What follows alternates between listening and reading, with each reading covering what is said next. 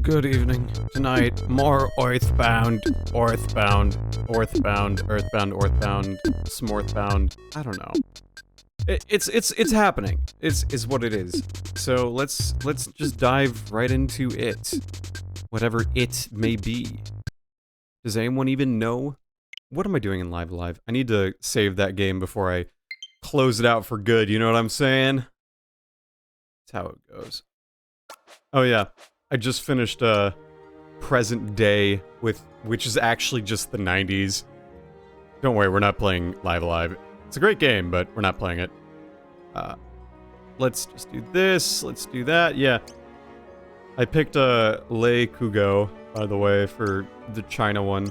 But yeah, we're not playing this. Don't worry. Don't worry your sweet little, cushy little heads. We're actually playing Earthbound. Orthworm's favorite game, Earthbound. Yes. So true, bestie.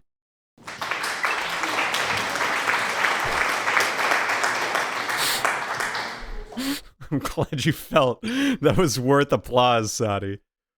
I still haven't got the friggin' doo-doo-doo-doo. I'm so sorry. I'm so bad. You can all fire me. I just got back from tennis. I was playing tennis. So, that's a thing. I don't even know what the hell I'm doing. No, I wanted it for Earthbound. Look. Maybe I'll get it for the next one. It's just like there's a short turnaround time. No worries. The applause. Hell yeah. Hell yeah. We're playing more Earthbound. Was for tennis, yeah. The applause was for tennis. I love that. How's the background music? Is it good? Is it like quiet? quiet-ish because I want it to not be quiet-ish, you know what I'm saying? I want it to be good balance. But yeah, I was playing tennis with my group mates, and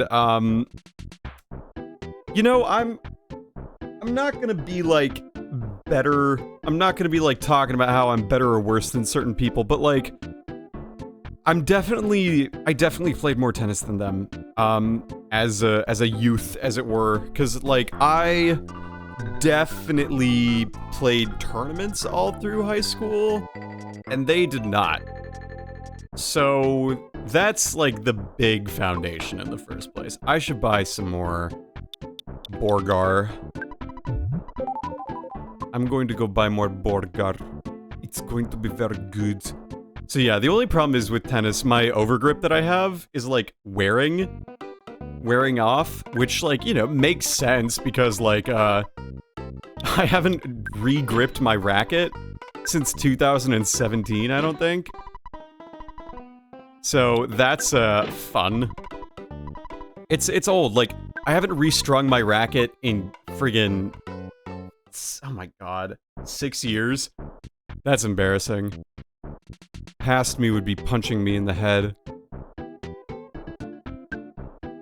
Bow wow! Don't you think you'll be needing a weapon? Well, I have a weapon.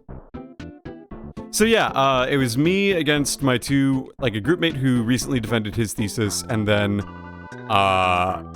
you know, and then the one who's directly my junior.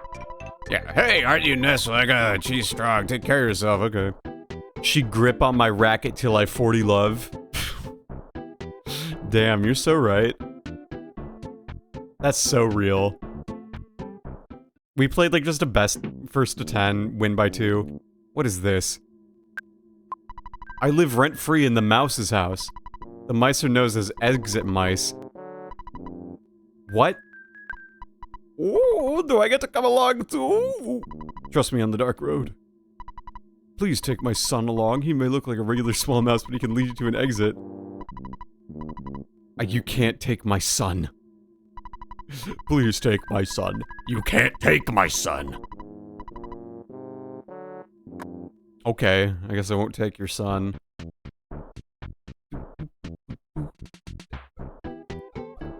So yeah, we played first to 10 points, and I had a lead and I lost it because I was choking, because I always choke when I play tennis, which is never good. Black Antoid. You cannot fit the mouse in your pocket. Yes, that's true.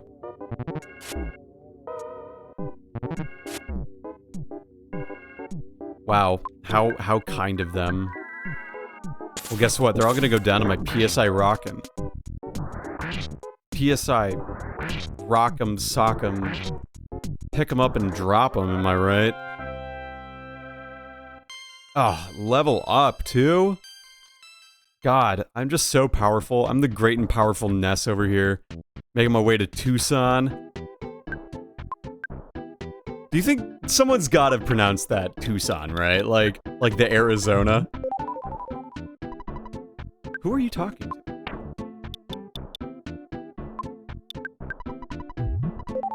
Chat, you ever been to Tucson, Arizona? A hamburger inside. I have not been to Tucson. I don't think I've actually even been to Arizona before. I should go sometime. Probably will, but...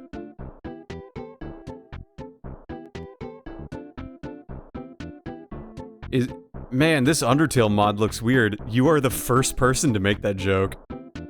Can I make that joke? Can I steal that joke? I'd really like to steal that joke if you don't mind, Zeph. A ramblin' evil mushroom. It's attacking.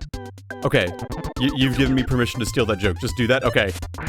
Oh my god, look at this Undertale game. Wow, this reminds me of Undertale. This little quirky little video game reminds me of Undertale. It reminds me of Undertale in the way that it is quirky and pixelated and is a JRPG with turn bases. Yeah! Woohoo! Wow. Wow. Oh yeah. Oh man, so we're playing on Wednesday because the Vikings play tomorrow, so we're gonna watch that together. It's literally just gonna be a video of me, like, watching the game. Because you can watch it on Twitch. That's the whole thing. It's literally free content. You know what I'm saying?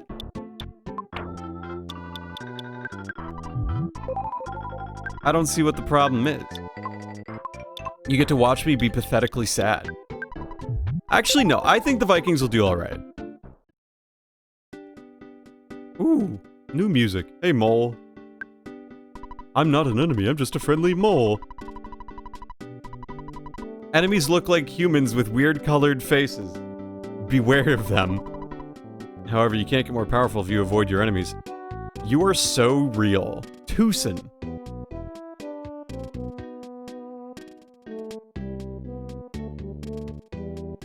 This is kind of comfy and neat. I like it. So apologies if I'm a little like, just, you know what I mean? I'm just like, you know, I'm just like, you know what I'm saying? Oh, I gotta go get my antifungal cream. I got fungaloid. I got fungaloiditis.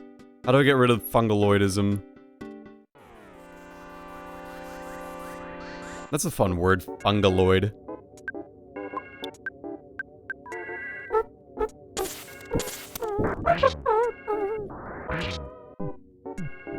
Chat, how was your Wednesday? Was your Wednesday good? My Wednesday, like, there just weren't a lot of people in the lab today. It's kind of weird. I'm a fucking dumbass. I missed lecture today, so I'm a TA, right? And I lost track of the days, because, like, I was like, yesterday we had our group meeting, and I'm used to those being on Mondays. And so I went into the lab today, and I was just minding my business, and 10:30 came and went, noon came and went, I was working on stuff, and then my advisor came into the lab thinking, like, looking for me, thinking I'd gone to lunch, and he found me. He was like, oh yeah, I have these notes here for you. And I was like, oh, bet, cool, that's great. And he was like, yeah, you should be able to teach just fine. And I was like, oh yeah, cool. Oh wait, lecture was today. And he was like, yeah, oh, you forgot? I was like, oh yeah, I guess I forgot. So, you know, just a matter of, like, admitting my faults, and, I'm totally gonna die. That's fine.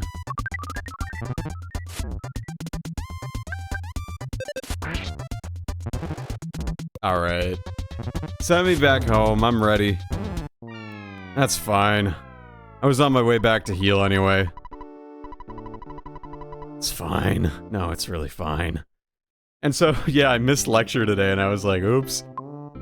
Not my finest moment, but you know what? It's how it is sometimes. Okay, I just need to talk with Mom so I get my PP back. My jaw is sore. I need facial stretches.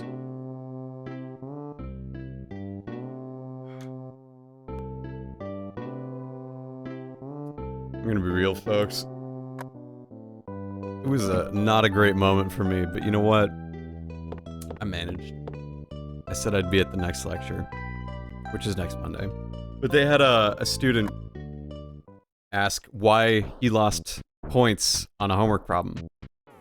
And I wasn't there to justify it, but I usually... I almost always leave, like, some kind of mark. Or, like, I'll put a deduction, and then I'll justify it, right? I'll, like, say why they lost a quarter of a point on a 1-point problem. And usually I try to be pretty verbose, and like, at least for these first problems, I'm trying to point out where they went wrong, you know, because, like, I would hate to be, like, just say -5, and then not tell them why, you know? Oh, they're pushing me along. So, I do that. And what happened was, this person on the homework, they were supposed to talk about, they were supposed to derive a, relationship between the radiancy and the energy density. And they had solved for the energy density in the previous problem, and the relationship itself was given in the problem as the radiancy is equal to C over 4 times the energy density, right? Like, that was given in the problem statement. And so what they did is on the homework, they wrote the value that they had found for the energy density in that point times C over 4, and then left that as is. They didn't try to multiply out like terms, they didn't try to simplify it in any way. And so I took off a quarter of a point, because like, that's not doing any work. I mean, yes, that's technically right, but it's not like you did any thinking to get to that stage, you know? But in that same vein, like, I don't do double jeopardy takeaways, you know what I mean? Like, if they made the mistake one time, and they get an answer that has the correct process, it just has the wrong numbers because of the previously made mistake, I'm not gonna, like, take points off for that. Yeah, gotta make your equation pretty, yeah. The wonderful Chaos Theater. That's where that's from? Berglund Park. Happy, happy village. Well, teehee, I don't know anything else. Nice, that's funny. I like that. Tucson Hotel. Alright, let's go to the cycle shop. Oh, it's photo time! Get ready, chat, you know what happens when it's photo time. Pictures taken instantly. I'm a photographic genius if I do say so myself. Okay, get ready for an instant memory. Look at the camera and say, ready, chat! Say, Fuzzy Pickles! Fuzzy Pickles. Say it, chat. You better say it. But yeah, so I took off points for them just, like, really not doing any effort. Do I want a bike? Okay. Sure. Let you borrow a bike for free! You know what, 2 people can't ride on one bike, so 3 would be impossible. Did you know you can't ride on a bike with anything following you? Teddy bears, for example. Carrying a bear is riding impossible. Don't even think about riding a bike into a cave. How do I ride a bike? Oh, it's just in my inventory. Oh, this is cute. Oh, that's not cute. Is that that's an NPC design. I saw some weird guy that got following Paulo. That can give me the creeps. Tucson department store.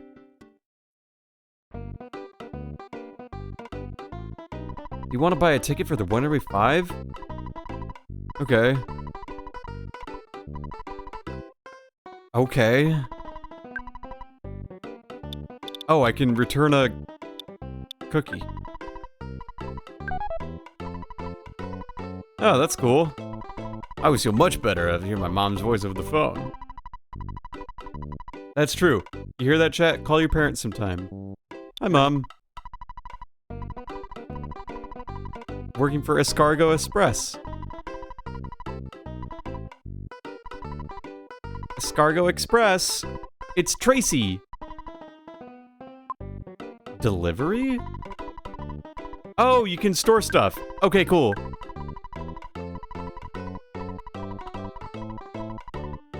Alright. Alright, cool. So yeah, I'm trying to be a TA that is fair, but in the sense that, like, you know, I want to make sure that people who are doing the best work they can get it, but I also understand that they're undergrads.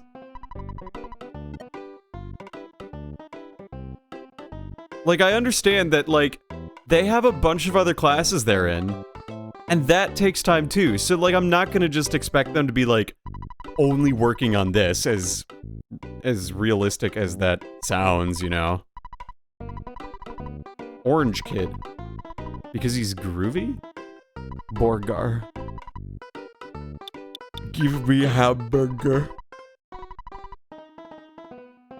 I try to be fair, I try to guide, I try to do everything, like, that I would want to have had in a TA, you know, like, someone that you can email, someone who's gonna help you get where you need to be as an undergrad, you know?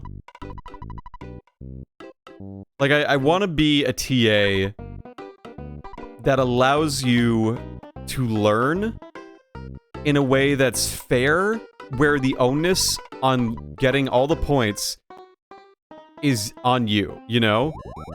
What it... Oh. Oh, that's... Take this. Take a cookie.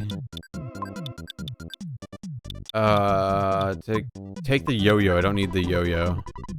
And take the cookie. Drink water! Okay, I will. I will. Hold on. Hold on. Oh, I love water. Alright, that's my water drink. But yeah, so like, I'm just trying to be the TA that I wanted to have when I was an undergrad learning this material, because it's not hard, but it's also not easy.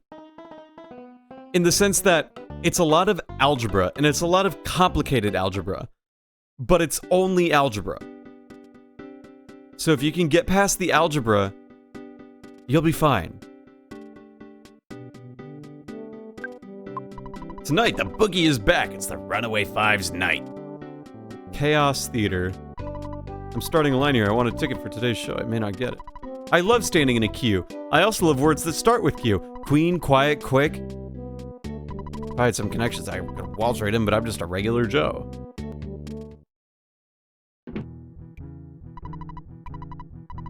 Ticket counter at the department store. Hello, please present your ticket. Hey, copper.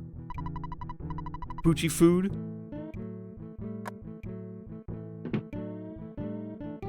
The Runaway Five owe me a lot of money. They'll stay here until they pay me back. They might be here for 100 years unless you decide to pay off their debt. Okay. Oh, okay. One of the homeworks this week, there's like 9 problems worth 13 points. It's fucking hard. I spent like 3 hours working on it to make sure I had everything. That's right, we are the Runaway Five. We're popular, not rich. We're being cheated by this theater. We're really deep in debt. We may be popular, but that girl lives at the house of the preschool at the top of town. I want to see her someday. Yeah, so like, it took me a while, only because it was a lot of math all at once, you know what I'm saying?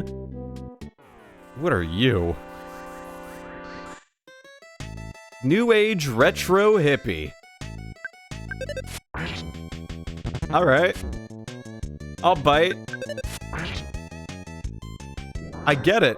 Turned back to normal. What does that mean? He became conservative again?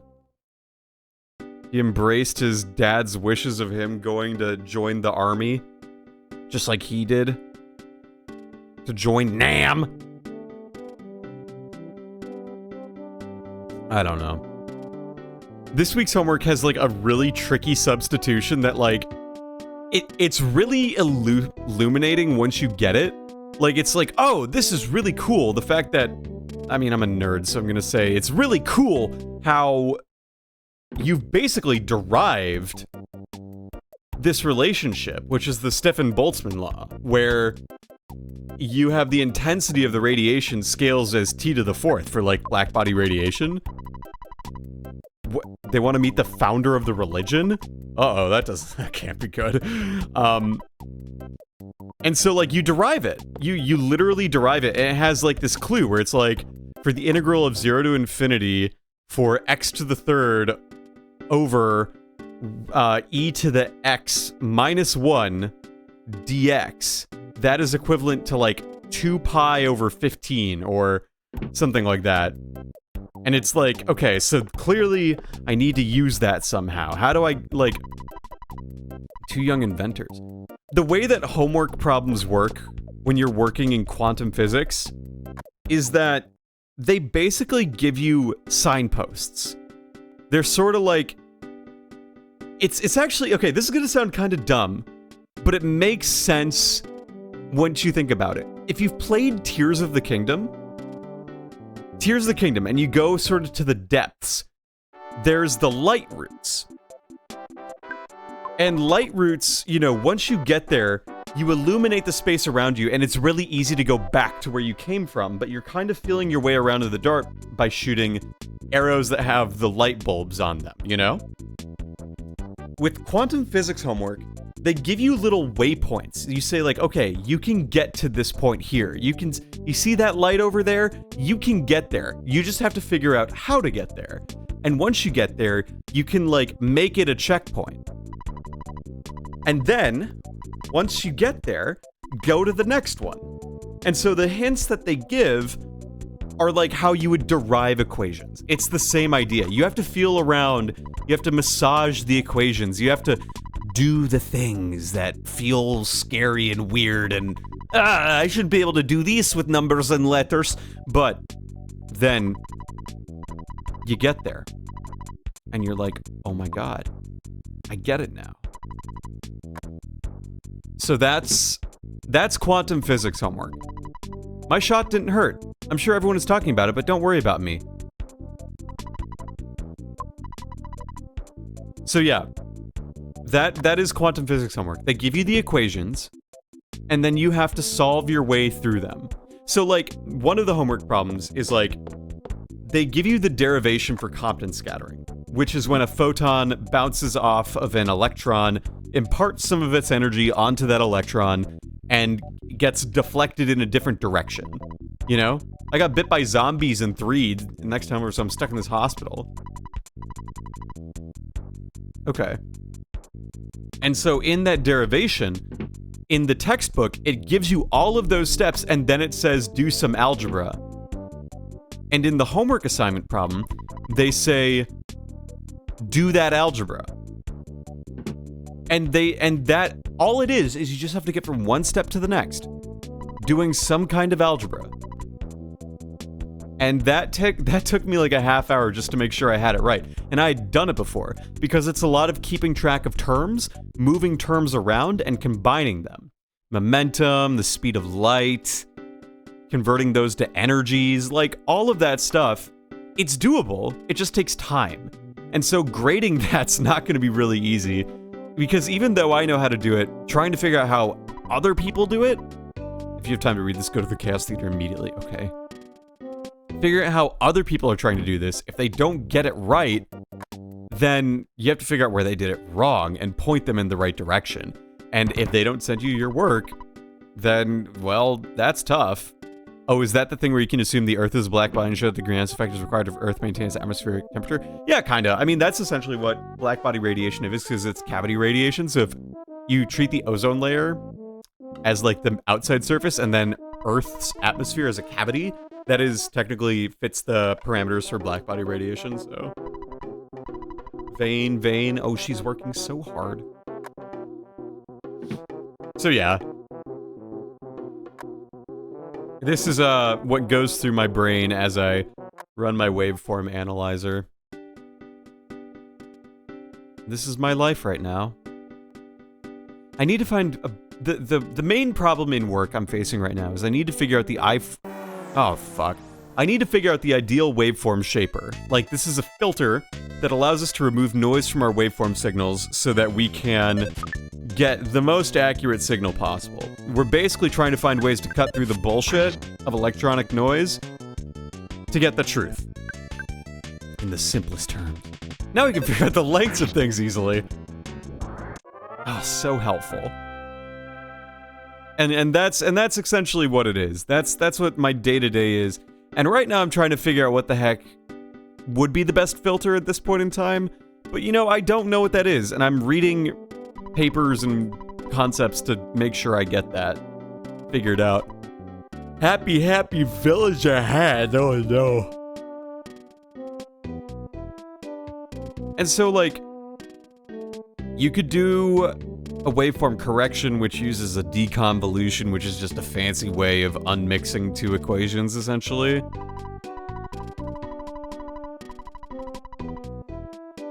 Peaceful Rest Valley. Okay, I won't join the religion. Sounds good. So yeah, that's like what I do on a daily basis these days. Things take a long time to measure and analyze, so it kind of feels like I'm doing nothing. But I always have stuff to do. Man, a friend like that would be so handy. A junk repurposer? Yeah, I feel that.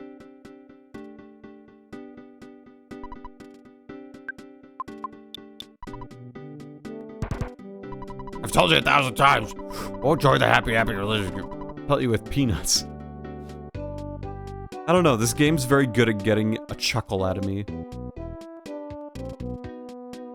To Threed. Threed is to the south. We don't want to go to Threed right now. We want to go explore the remainder of Tucson Town. Apple Kid. Okay. Earthbound is just a little quirky. This dude. Well, I have some neglect to some of my housework. I know it's a pigsty, but anyway, I'm Apple Kid. I haven't taken a bath in quite a while, so I might be stinky. By the way, I'm starving. Do you have something to eat? Yeah, okay.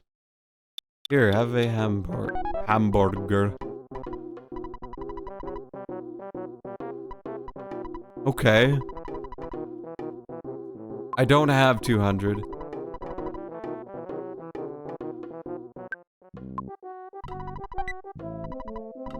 A broken machine. I have a mouse. No one has given me a name yet. Okay. Hey Sigma, how are you? Orange Kid. Greetings, I am Orange Kid, the inventor. I'm working on this machine. You're actually willing to help finance it? I don't have $200. Kid, you can't just ask a 10-year-old kid for $200. When I was 10, I barely had 5. I'm good. I'm playing the new Pokemon DLC as I recover from leg day. How is it? The DLC. Is it good? I've heard... I gotta blow my nose, one sec. I've heard, though, that, that there's a lot of, like, cool developments, you know? Some of the DLC mods are neat. I'm looking forward to when they're all implemented on Showdown, you know what I'm saying? 'Cause, competitive Empoleon, that sucks. I have not done any of the story, I'm just filling out the Pokedex, having a fun time. How can you fill out the Pokedex if you don't get Ogerpon, huh? She's cute. Masco. Hey, why don't you buy the world's greatest ruler? 2 clams. 1 ruler.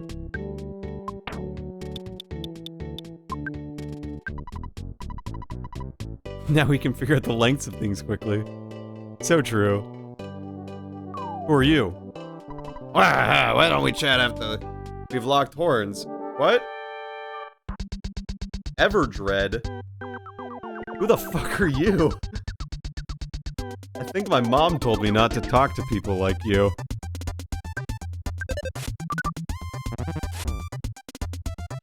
A competitive Empoleon. Empoleon's hidden ability got changed from Defiant to competitive.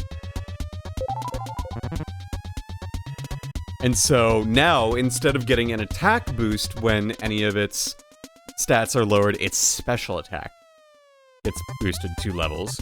So, like, you remember Bisharp? Or King Gambit? Or, yeah, mainly Bisharp in older gens when you tried to defog on it. Yeah, now it gets competitive, so, that's pretty baller. Everdread knitted his brow.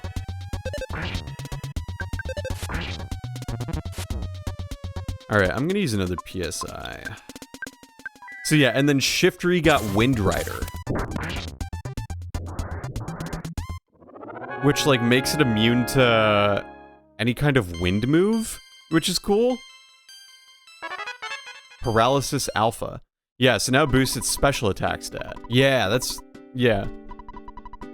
You know, you're pretty strong. Yeah, I know. You're about to find a girl named Paula. She went off to a secret hideout in Peaceful Rest Valley.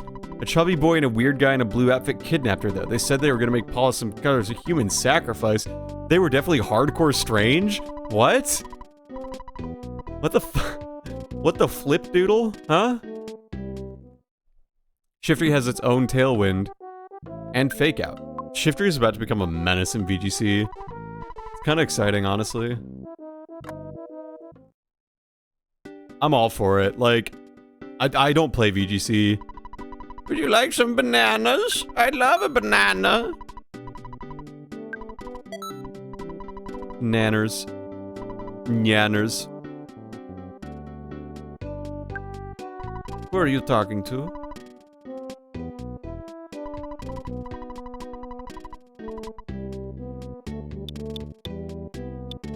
Let's get a bread roll. Alright, well, what do you have to sell? Makes me feel good. I like pots. Should I steal it? Although I guess last time we saw how effective the police were. Yeah, I'm telling you about killing a small child to the police. Yeah, you can't trust the police in this game. Buy this beautiful egg! Alright, I'll buy the egg. Hang on. Why not? I'll buy an egg. How much does a banana do? 22. Okay, that's not bad.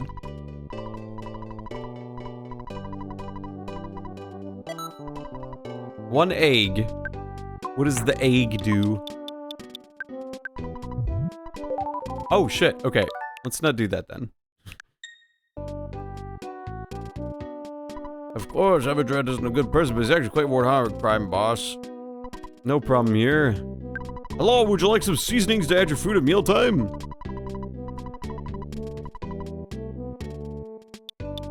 We could buy a sprig of parsley from the hippie. Should we do it? You ever bought sprigs of parsley from hippies before? Oh, this is Berglund Park.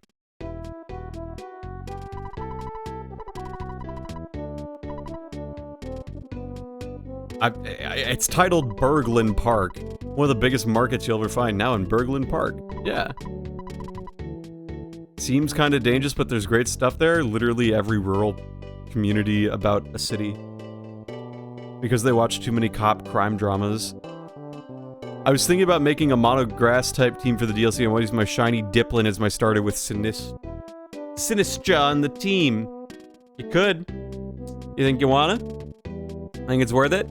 I heard that the levels scale in the DLC. I've heard. Again, do not quote me on any of this shit. But I've heard that the levels they scale. So it is what it is. Can I offer you an egg in this trying time? You can. Look, I'm all I'm gonna say is I have no present intentions of playing the Scarlet and Violet DLC at the present.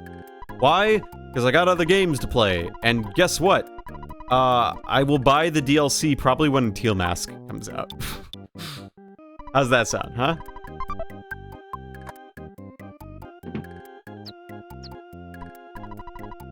$50?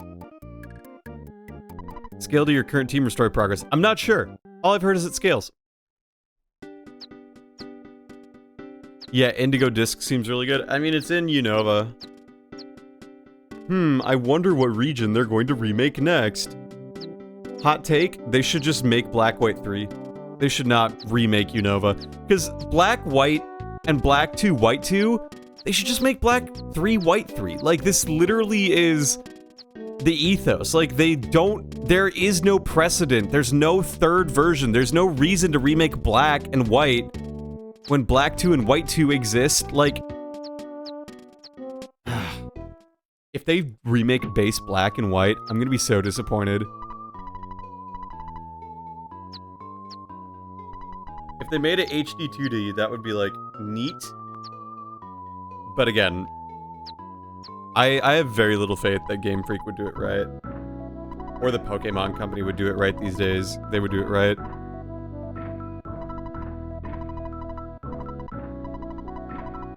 I beg your pardon. I might look like a baby, but I have the mind of an adult.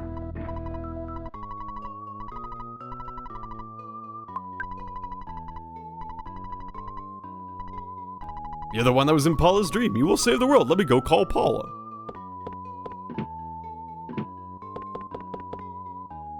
She doesn't seem to be here. I wonder where she went. Da, da, da, da.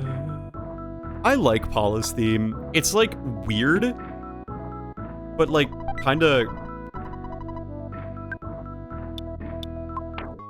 How do I describe it? You know, like, Paula's theme is fascinating to me. When did I get a chicken?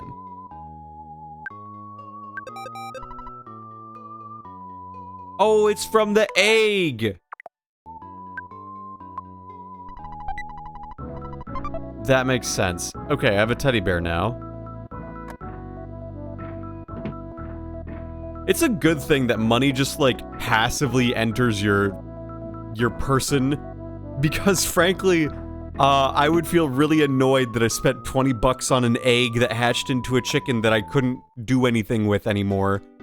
But, you know, I can tolerate it because my dad just keeps giving me money. So. Mock pizza, we only deliver. The numbers... You got that? Yeah, okay. Yeah, I mean, like... I just don't have much confidence and faith in Game Freak these days to do the right thing. I hope they recognize that, like, Scarlet and Violet came out in such a shitty state that, like, it reflected so poorly on them, like, regardless of sales, you know? It was just like, ugh. You're a real pain in the neck. So... Look, it's the Ramblin', the Gamblin', the Mobile Sprout and its cohort.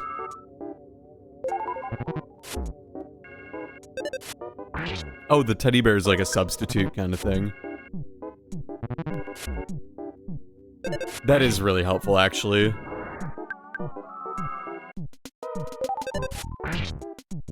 That's really helpful. So yeah, I'm holding off on Teal Mask. I want to see the competitive changes. I still don't have any intent of really playing competitive Mons these days. It just doesn't bring me much joy. Like, I'll play it enough to get a feel for what the cap metagame looks like, so I can at least give informed takes, you know? But like, the idea of playing against certain Mons is just not, like, Venomicon. Playing around Venomicon just doesn't seem very fun, you know? So, whatever.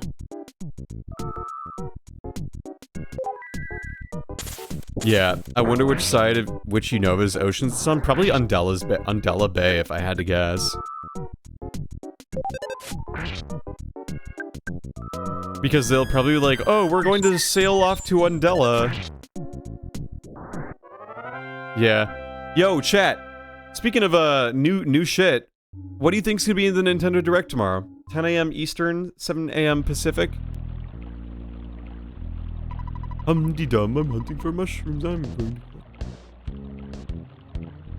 I have no idea what Venomicon is. Venomicon is not a new Pokemon, it's a cap. Layton? You want Layton?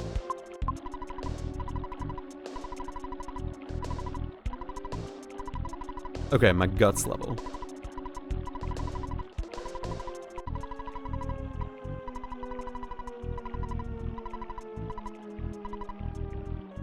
So valid. This is such a weird music. This is a very strange boulder. Oh, what? A UFO? Little UFO in its cohort. It's a little UFO. The UFO fired a beam. More disappointment as I hyped myself for Metro Prime 4 for the 55th time. I think it'll actually happen. If it's not gonna happen for the Switch, it'll definitely happen for Switch 2. Like, that is my crackpot theory. I think that Metroid Prime 4 is gonna be a launch title for the Switch 2. Because the rumor is that the Switch 2 is backwards compatible. Which would be really, really great, because I don't want to... I would love if, like, the dock was still usable, you know? Like, that'd be nice. I'm also just tired of not having news for it. Oh, it's a pencil. For some reason, a pencil-shaped iron statue is blocking the path. Okay, so... Doesn't seem like I'm able to do much out here right now.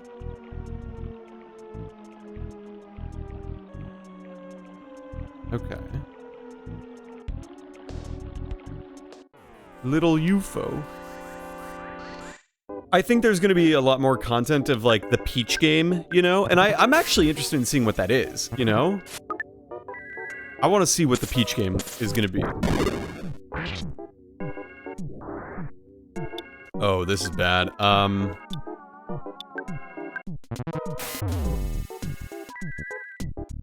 Okay, good. Let's just let that heal all the way back up.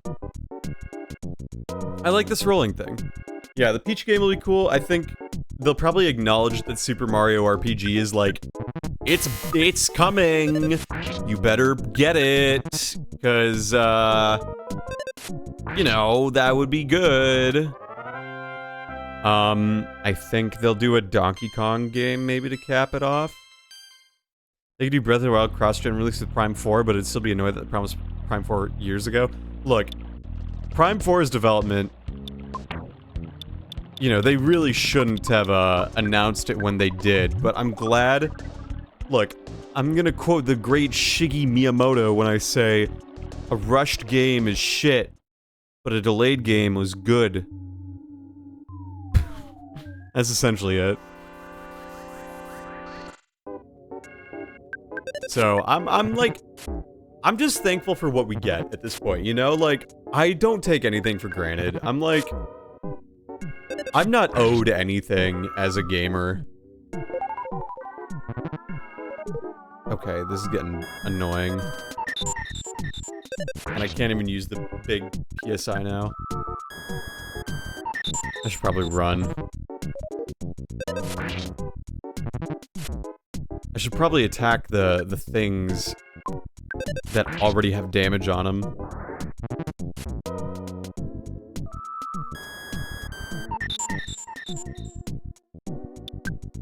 Let's use a ham banana.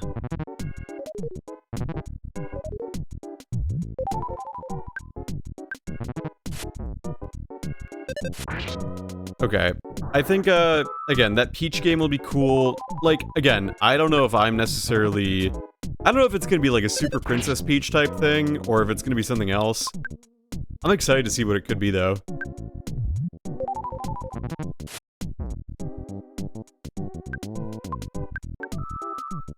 It would be really neat to, see, like... You know, I know they're probably gonna do, like, Nintendo Switch Online presents... not GameCube games. Haha, sucker. You expected? Well, think again. Oh, shit. I'm gonna game over. I'm gonna just do this. I don't have time for that.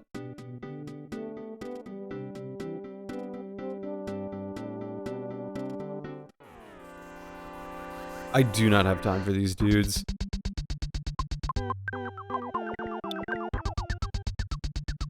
I've not been able to run once in this game. I don't want to fight this guy right now. I just want to get to the hospital. That's all I want to do. Yeah, voltage used rewind. I did. What are you gonna do?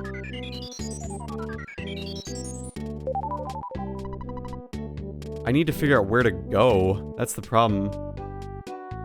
I need to get rid of this pencil statue somehow. Where's the hotel? I need to go to the hotel. I think, I don't think they're gonna talk anything about the Switch sequel, though, or, like, the next console after the Switch. And I feel that they're not gonna do that because it doesn't make sense for them to talk about a new product when they still are trying to, like, market the Switch as, like, their big thing, especially going into the holidays. It doesn't make any sense from a business perspective.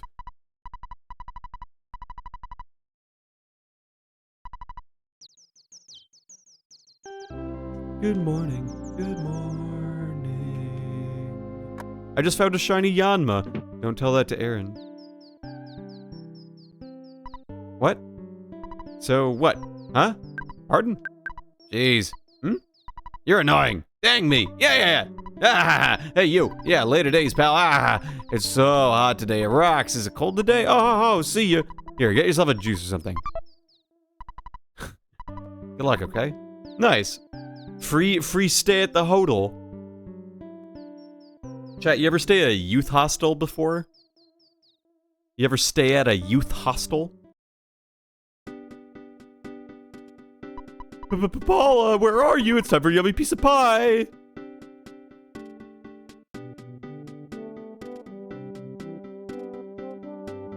I'm gonna go talk to that guy who I assume is her dad.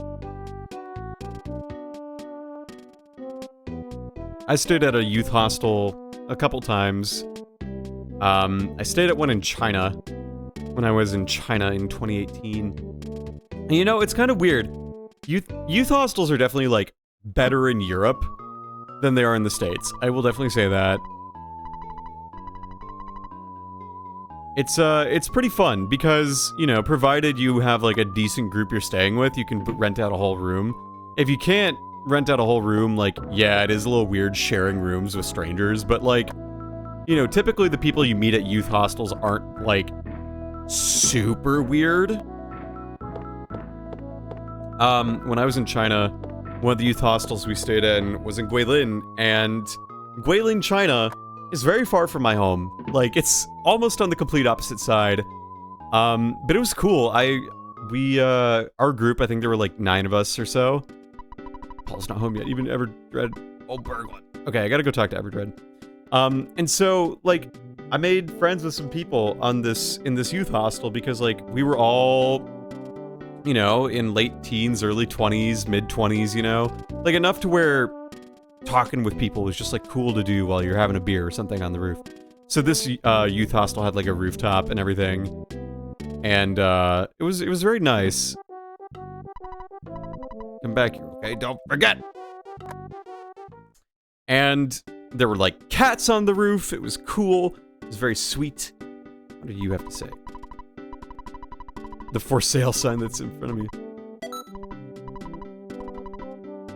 Nice.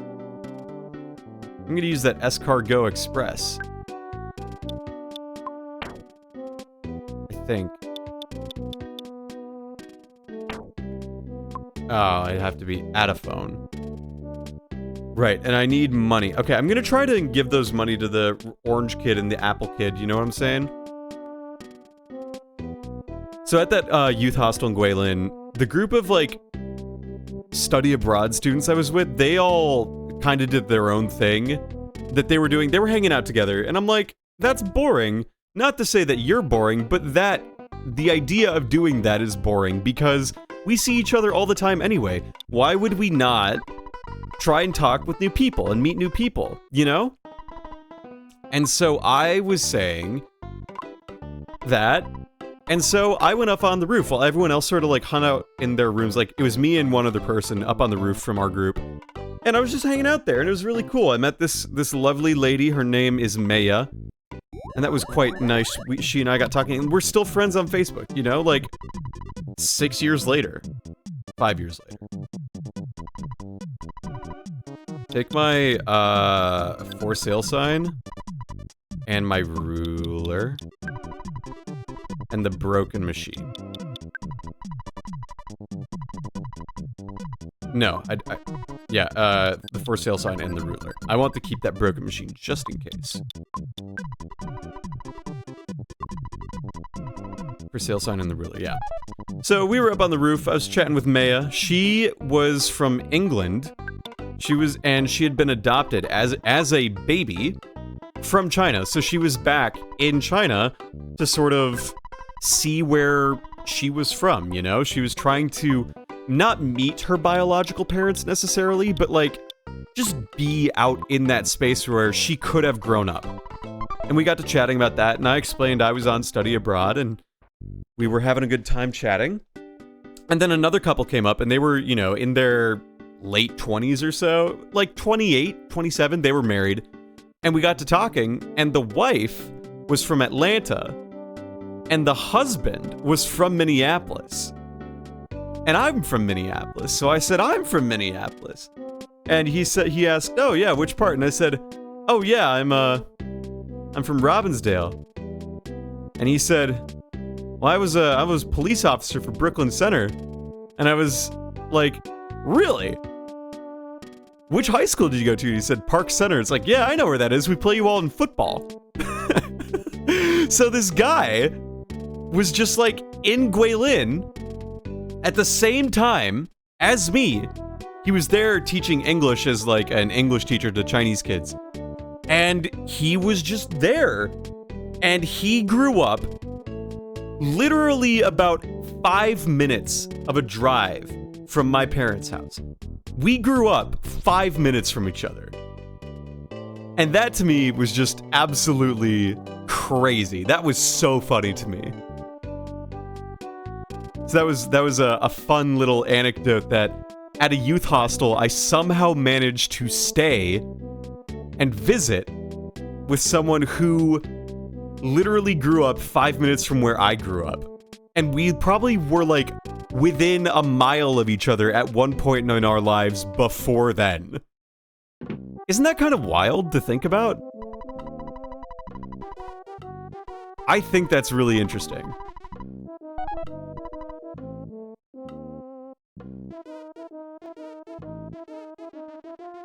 Okay. I am a mouse.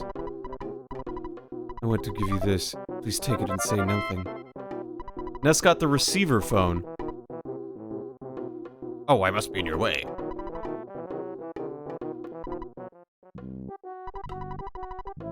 Maybe you shouldn't spend... You just gave him $200. I did. Because I'm a good little kid. Yeah? Look, when there's a loose end in a game... Why not?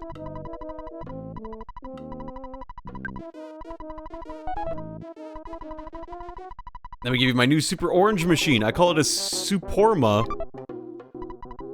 Got the Suporma. My brilliant invention will be raised soon. Okay, I'll get back to work. Is this a case where I just have to leave and come back? What even is the Suporma? The Suporma sang the song Ode to the Orange Kid. What? It broke? Why did it break?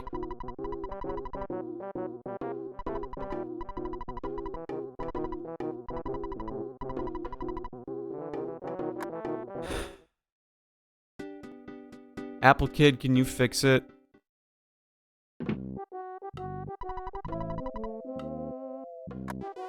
Man. The Suporma, more like...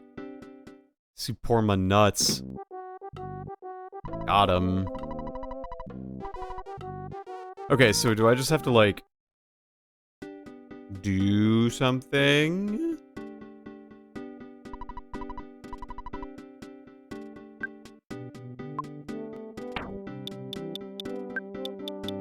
Broken machine. There's no way of knowing it's just some kind of that genius Jeff should be able to fix it sometime. Okay. Now you can receive important calls. Wow, so convenient. Thanks, Apple Kid. Do I have to, like, just spend the night? How do I get Orange Kid to do the shit faster? I know innovation takes time and whatnot, but, like, you know.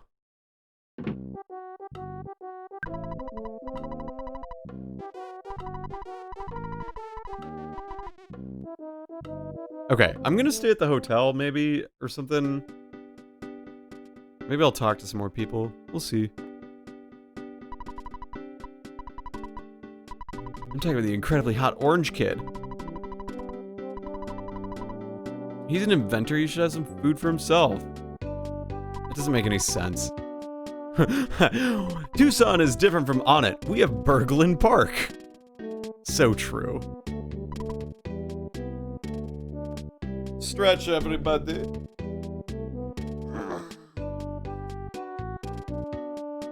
Oh, yeah.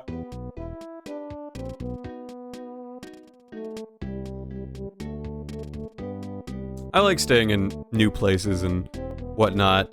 I like especially staying in, like, Airbnbs that aren't shitty, like, oh, we bought a house and turned it into an Airbnb. No, I like, I was in Italy when I was in Florence. I'm gonna buy a hint. I don't even care.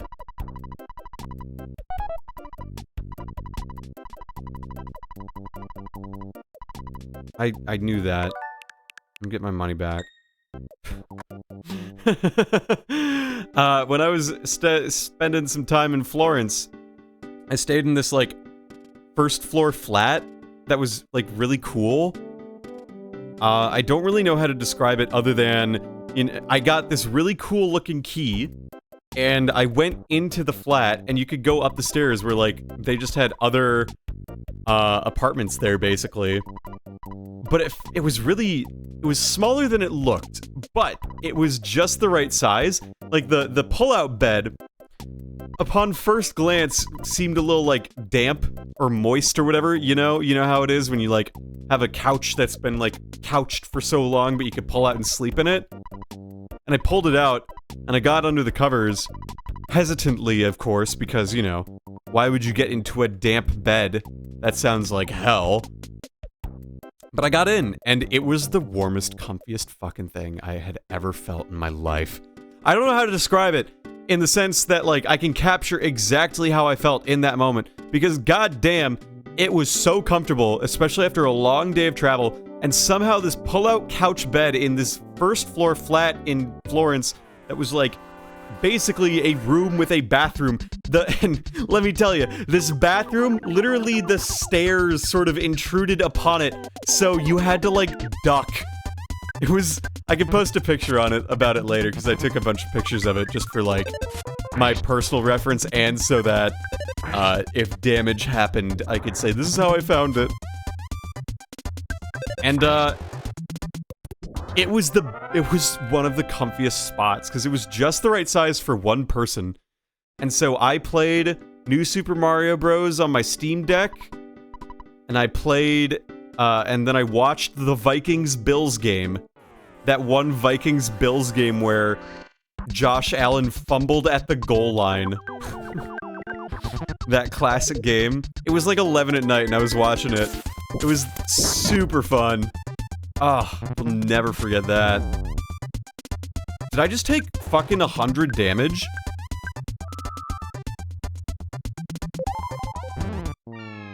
What happened there? Oh. Okay. Well. Okay. It's okay. How much money do I lose?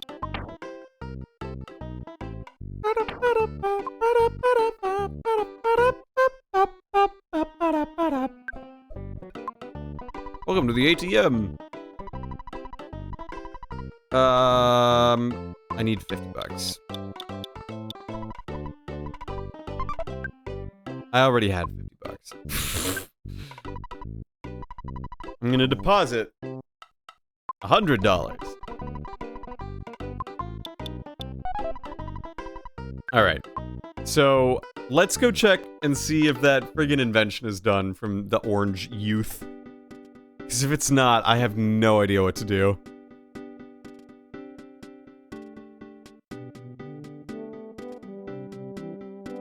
Because I can't go any further in peaceful Rest Valley, it looks like.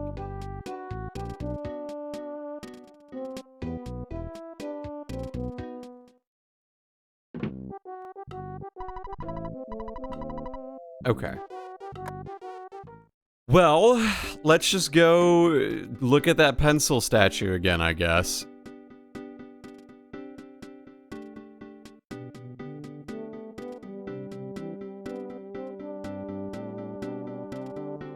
I just think that, like, staying in Airbnbs in big cities, when they're not just, like, hotels, are really cool. There was one time, we went to Winnipeg, a former partner and I, we went to Winnipeg and we drove, and we stayed in what we had booked to be an Airbnb, you know, because we were like, we had one that we had initially gone with, and the owners were like, yeah, unfortunately, it's only just a room in our place. We'll have to be there while you're there, but it's okay. And my girlfriend at the time didn't like that as much, so she wanted to find another place, and so we did. And it was like this apartment complex, and it seemed alright. Yeah, I can't do anything here.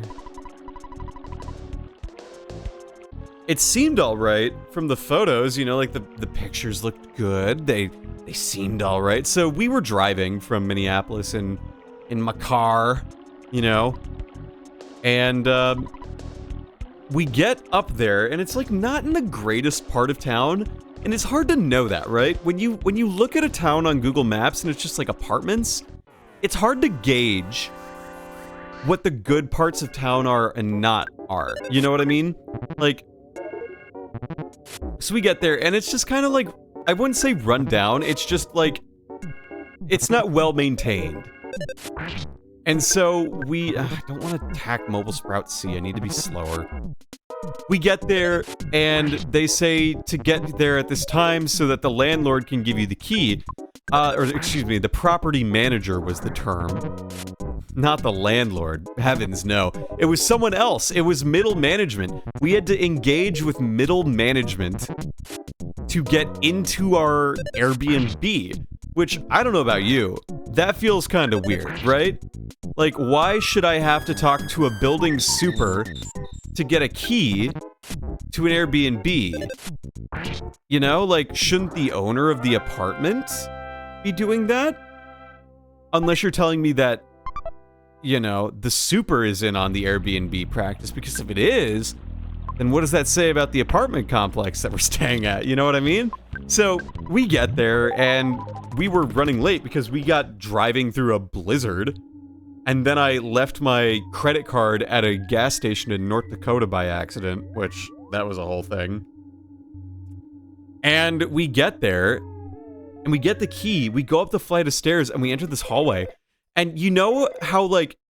Oh, phone. Hello, this is the Apple Kid. I've just finished work on this great adventure. Get over here as fast as you can. This is so cool. Okay. Okay, yeah, sure. So, have you seen American Horror Story, the second season of American Horror Story? American Horror Story, what's it? This, season 2. That one is, why am I blanking on the name of it? Asylum. You know how, like, the hallways are lit with incandescent lights, and everything looks kinda gross, and, like, the flooring is made entirely of, like, this covered... It's like the school flooring, you know? And the walls are made of, like, tile, and, like, some of the tiles falling off are the grout. What are you? A blue policeman? The cop and its cohorts. Okay, well, I guess we're beating up a dog and a cop. So we get there, and we're thinking, like, this looks like a place where someone would get stabbed in the night. Like, the point where someone would take the key, like the building super would take a second key to your apartment and come in the middle of the night and moita you. Like, that's what this place looks like. And so we, being very sketched out by this, decided to sleep with knives under our pillows. I shit you not. We slept with knives under our pillows, just in case there was an intruder. It was really weird. We debated trying to find a new place to stay the evening. We didn't, and everything turned out fine. It was just, like, really artificial, the interior of the apartment. Because let's be real, they bought the apartment complex and then made a series of Airbnbs from those apartment complexes. And that was in 2017? Yeah, 2017. Or 2018. One of those. I could check, I could find out. I think it was 2017. I was a sophomore, so yeah. Where is Apple Kid? There was just plain old garbage.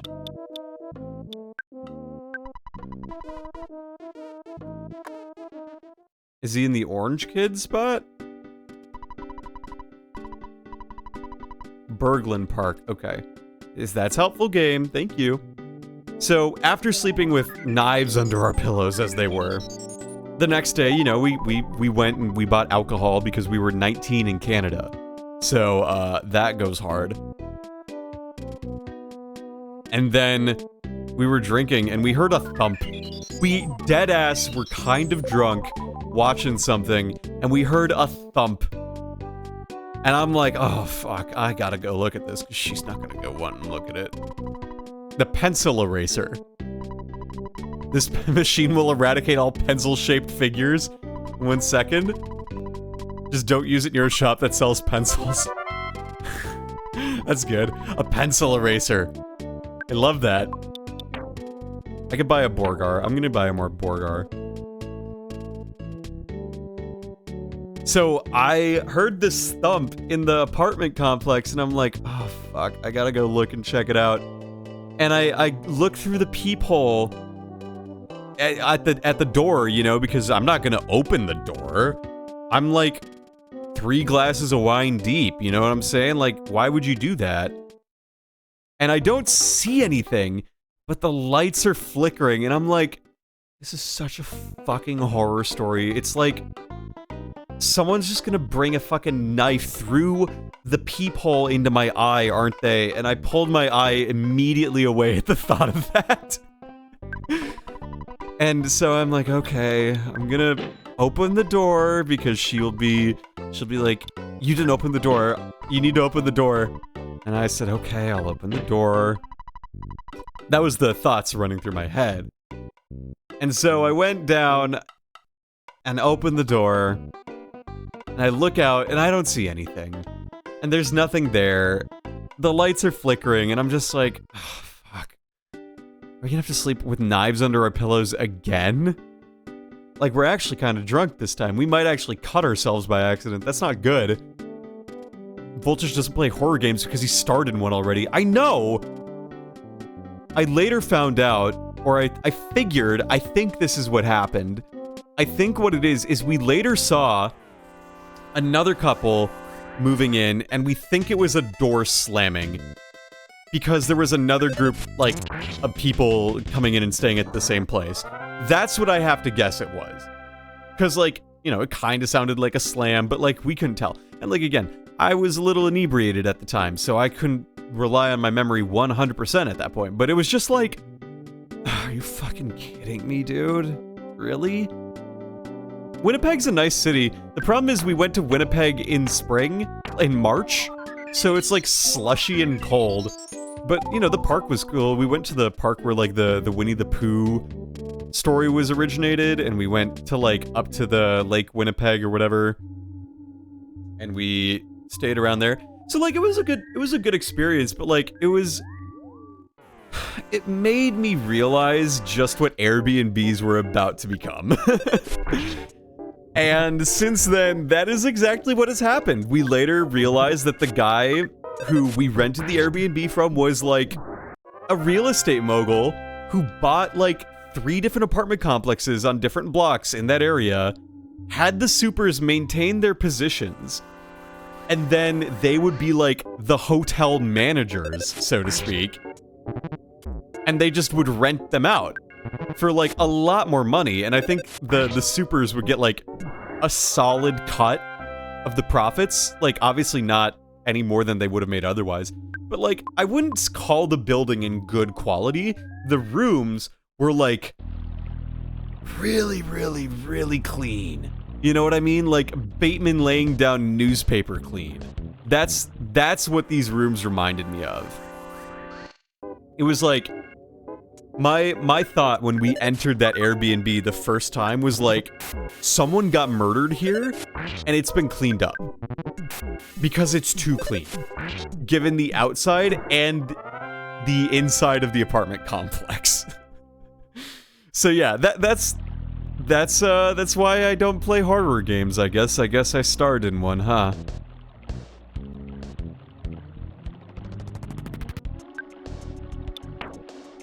Can you really blame me, though? I'm gonna rewind. I didn't mean to use healing. I meant to use life up.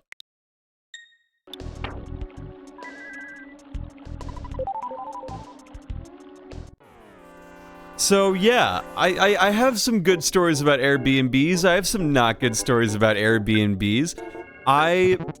In general, like, there's a lot of character when you find a place that's actually hosted by a real fucking person and not just a rando who buys up properties and is like, stay at this house, it's an Airbnb, wow!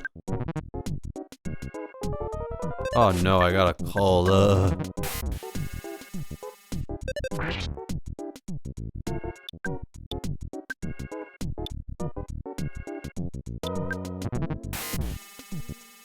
So yeah, I think youth hostels are cool because you just meet a lot of people. In Airbnbs, it's like, you can get a good experience out of them, but you have to, like, really make the most of it, you know? Same with ghost kitchens, someone will find a loophole. Yeah. Look, I can't fault people for wanting to find ways to make money, but you cannot tell me that landlords is a real job. That's not a real job. If your paycheck relies on other people's paychecks, that's not a sustainable job. Pencil eraser.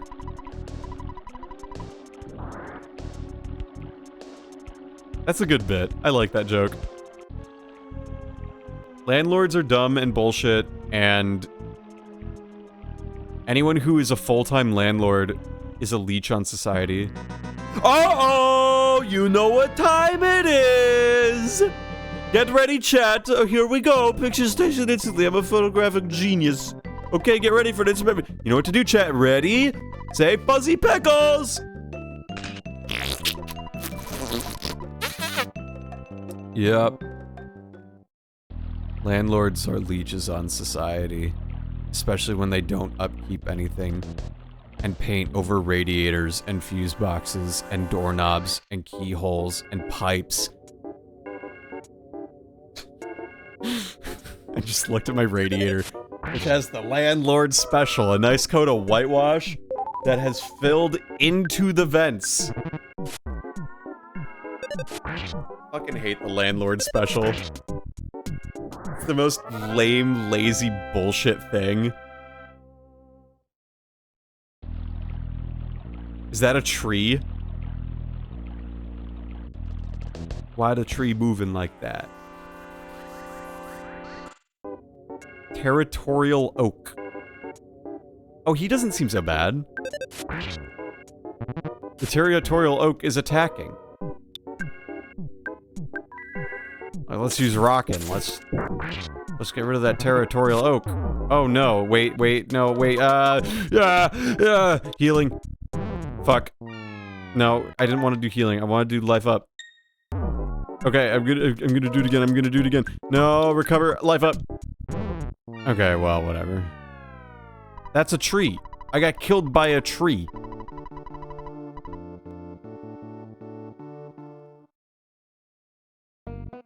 I got goddamn walloped by a tree. Shit.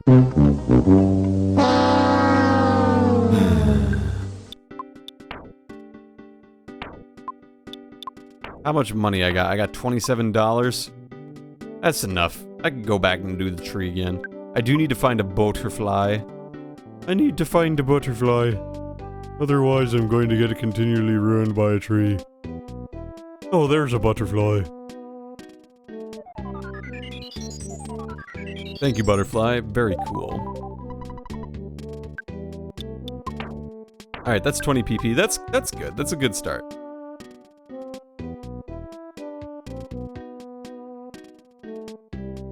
Chat, if you're a landlord, make sure you're giving me your money. Because you don't ethically deserve it. You know what I'm saying? You don't deserve none of it. I got bills to pay. I got friggin' real shit. You know what I'm saying? I got big expenses. I got flights to buy. Vancouver. Motherfuckers ask, why do you go to Vancouver? I'm telling you, I got a conference in November.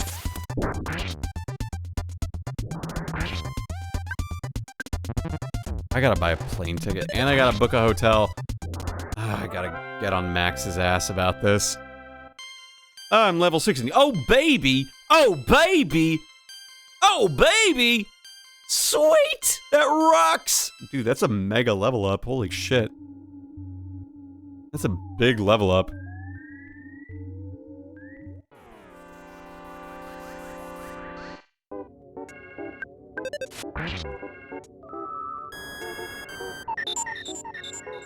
Hotels are fine. I really like European hotels. The hotel I stayed in Italy was nice. When I was in Milan. Because the roommate I was supposed to have, he got COVID, unfortunately. Like, a day before they were supposed to fly out. So, like, I had the room to myself, which was great. Because if I had to share the room with someone, that would have been way little space. Way too little space. But because I didn't, I had that whole space to myself, and it was really nice. I would listen to, like, Tim Rogers' Boku no Natsuyasumi, as I ate breakfast at their cafe, and I spent money there for the cafe for breakfast, because it was literally, like, €6. You know? Like, it was cheap. I could just do it, you know? Thank you for the clip, Snake. The thing that causes nighttime stuffiness. So real. I love the analog of having a cold with being poisoned, you know? That's such a good analog. Alright, let's kill the tree for real. I should probably fight that UFO. So it was good. Like, the bed was really, really firm and uncomfortable, but, you know, like, whatever. I got used to it after a while. I think that's also the reason why the bed in Florence that I stayed in, where it was, like, the pullout was the comfiest fucking thing of my life, because I'd been on this, like, brick mattress, basically, for, almost a week by that point. And so the pull-out mattress was the comfiest fucking thing of my life. I think that's probably why. But the bathroom was really good in Milan. And it had a toilet, right? And next to it had this basin with, like, and I didn't realize what it was. I was like, what could this be for? Like, I don't, it's not a urinal. Like, the water comes out sideways, so it's not a urinal. And the water's, like, kind of warm, so it's like, why would the water be kind of warm? I don't get it. And I didn't understand. I didn't understand it at all. And I brought it up at dinner, like, yeah, my hotel room has this weird little basin next to the toilet. And my group mates I was eating dinner with, mind you, they were like, that's a, you know that's a bidet, right? And I was like, wait, what? That's a bidet? I'd never seen a bidet in my life. It was wild, and I was like, oh, you know what? I'm gonna use that next time. Literally, I can never get away. This is Garbo.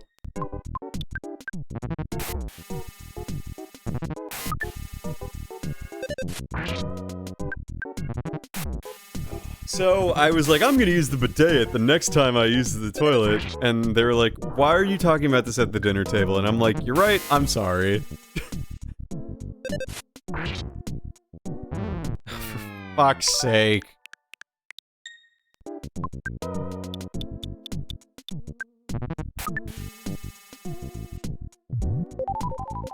I'm not dying here.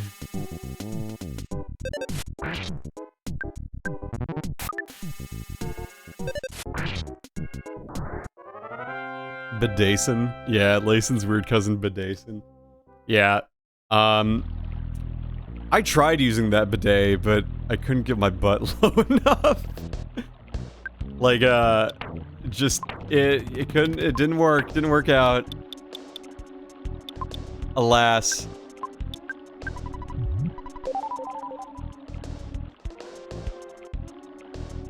Where's my cold medicine? Why did I, like, get rid of my cold medicine? Oh, tree time. The territorial oak. The territorial oak use a vacuum attack. Okay. Smash! The territorial oak burst into flames! Oh! Bidet highlight IMO. But the story's not over. There's more to say about the bidet. Found out someone washed their hands in it. That was very strange. That's the end of the bidet story.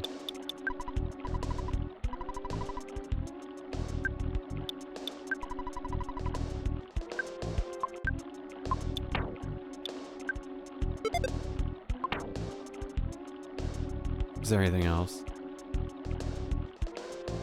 Doesn't look like it. How can an oak be territorial? That's what I want to know. Hamburger.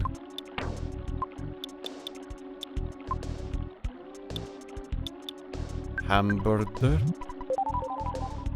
I cannot believe when I was in Milan, I walked a full-ass 3.5 miles from my hotel to the Politecnico di Milano campus in my dress shoes. That was a terrible decision. That was the day that, like, all the Gen 9 stuff was leaking. I was in Milan, like, when all of the Gen 9 stuff for Pokemon was getting revealed. And so I was like, oh, there's 4 ruinous creatures. There's, like, this thing, like, Qian Lu and Ting Pao. And, like, all of those. You know? I didn't quite understand. It was hard to keep them track. Like, they're dark ice, dark ground, dark grass, dark fire? Yeah, Chi-Yu.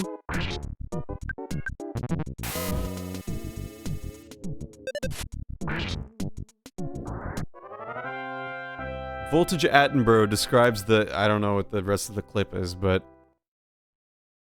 I believe it. Alert! Nessa condition is critical. He will collapse if condition...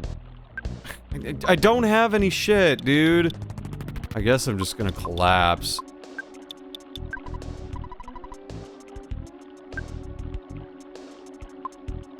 I got nothing, dude.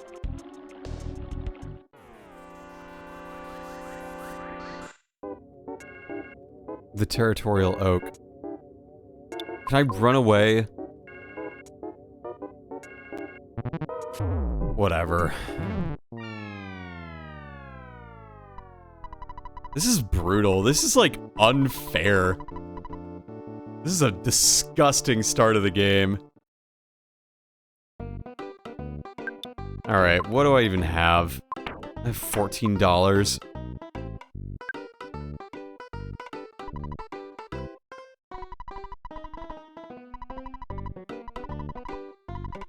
Alright, I'm getting, like, some goods. You know what I'm saying? I'm gonna buy some money. I'm gonna deposit some shit.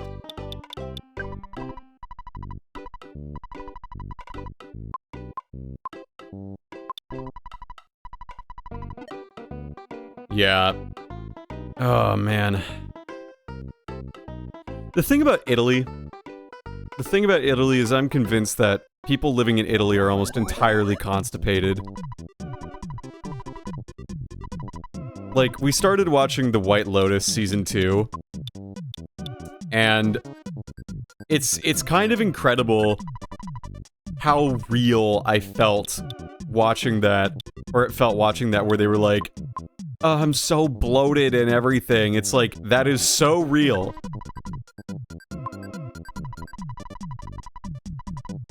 I just want the broken machine.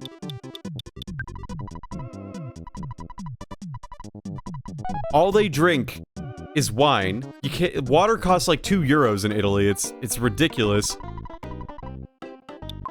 And then you drink only wine. And then you also eat nothing but bread and meat. There are no vegetables. Like, if you want vegetables, you gotta friggin' search for them. Ooh. What does it mean by flashing? Does that mean it better? Oh, yeah.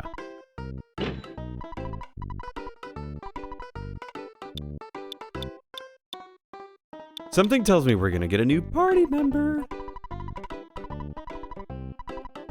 I should have got this. I'm gonna buy a cold remedy. Maybe I should also get a teddy bear. I'll get a teddy bear, why not? I have the money for it. Okay. You can have, no. What a loser. You're a loser. I like to travel. But, you know, I also like to eat well enough where... Okay, TMI moment, but like, when I went to Italy, it was like... oh my god, it was such a frickin' challenge. It was like, how do I describe this?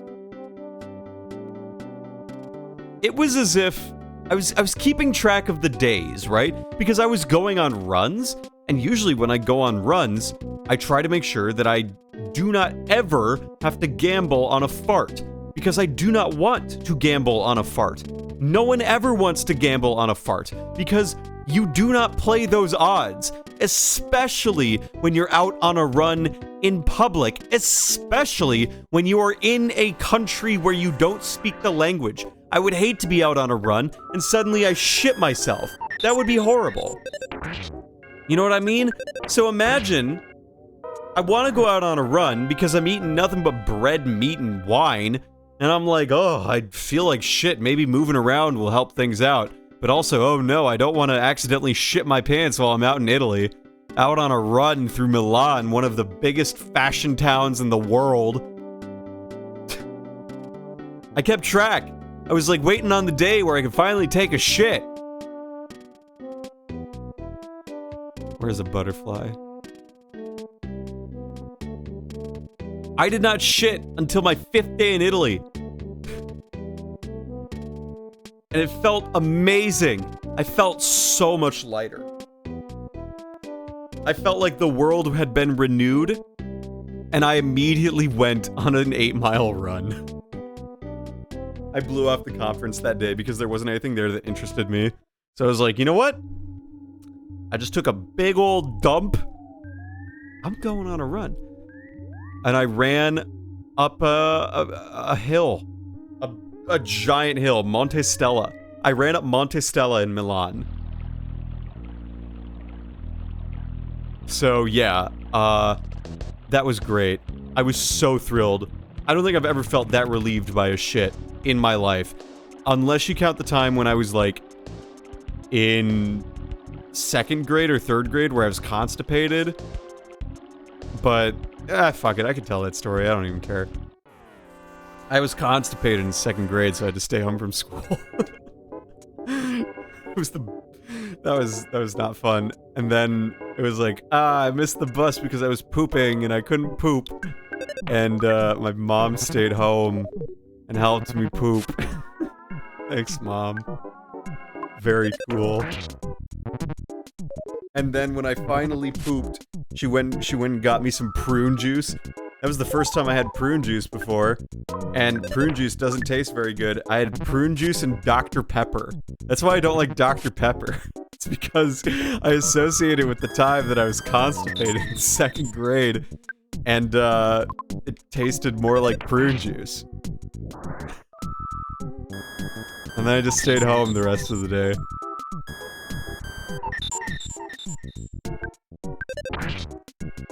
I mean, that's a valid reason to stay home from school, right?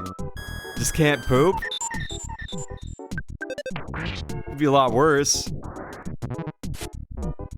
Could have been like a whole friggin' couple of days, but like, you know, I had pooped when I was in 2nd grade. I'm pretty sure I had pooped like the day before. So I don't know. I'm sorry, this is such a gross conversation. Will say I poop every day now. Sometimes twice a day. If I'm feeling really flashy, you know? Sometimes I worry that, like, I shit so hard. One time the other day I shat so hard, I clogged the toilet at work. And I flushed it. And I was like, ah, damn it. And I had to go up and get the building supervisor and be like, hey, Rob, yeah, the toilet's clogged. I didn't own up to the fact that it was me who shat. I did not own up to the fact that my poop was so big that it clogged an industrial strength toilet. Doofy doo! Thank you so much for the raid or the party of 3. I'm sorry that this is what you're coming in to hear me talk about. I can change directions because, hi, I'm Voltage. I'm a grad student, PhD student, streamer, voice actor, and just generally cool, silly guy.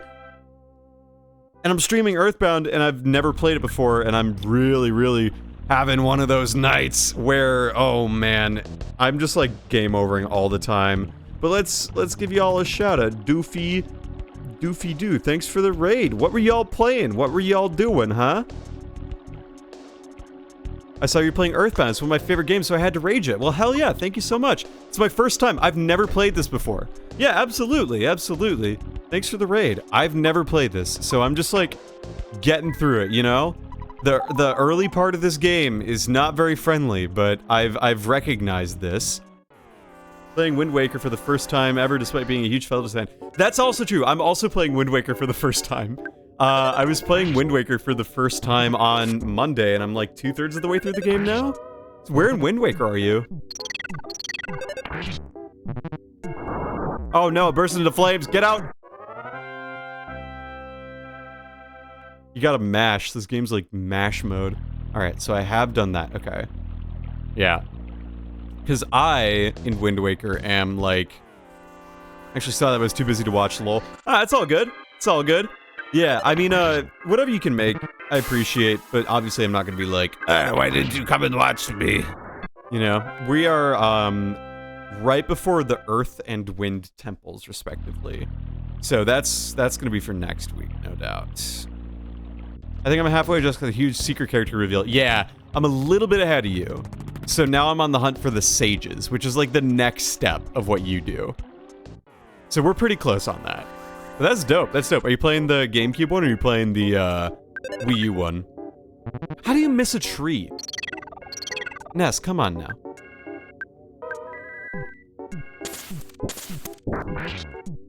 The Territorial Oak. Brain shock.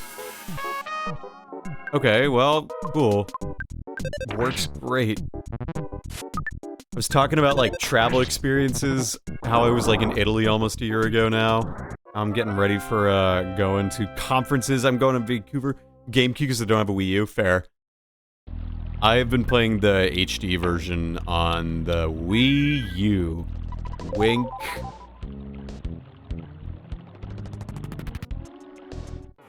Definitely a fun game, though. Really enjoy it.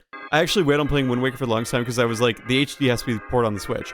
Yeah, I thought that would happen, but it doesn't seem like it's gonna happen. Which is, like, okay with me, I guess. I don't know. Oh, my friend's Clay's playing Shining Pearl. That's dope. I should reach out to them. It's dope that they're playing Shining Pearl. I feel like Clay and I should reconnect or try to reach out, but I was a bad friend at that point. Alas. Yeah, it might get revealed tomorrow, who knows? I don't think it's gonna. I'd be stunned if it did, but who knows? Maybe it will. The other thing I'm feeling like with the Direct tomorrow is that I think they're gonna, like... I don't think they're gonna talk about Switch 2 at all, you know? I don't think they're gonna do anything remotely close to that, because why would they reveal the next product when they can still sell the Switch, you know? Come on. But yeah, do you have any predictions for the Direct tomorrow? I think, I mentioned it earlier, but I think one of my predictions is, like, more of the Peach game, for sure. Yeah.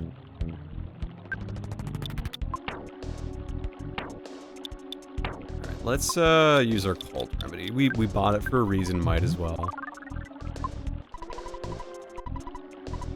Crud. Yeah. Oh, look, Lucari's playing Xenoblade Chronicles 2.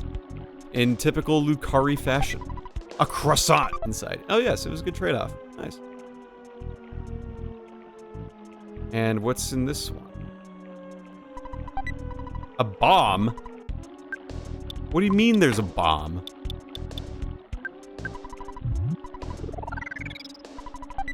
Alright, well, let's just do that. I have no predictions because I don't even know what from Nintendo at this point. Yeah. Switch 2 could come out as soon as holiday 2024 or spring 2025. I've heard that it's going to be revealed very soon, though. Some people are saying, like, oh, it's going to be revealed in March of 2023, 24, and I'm like, that seems unlikely. But what do I know?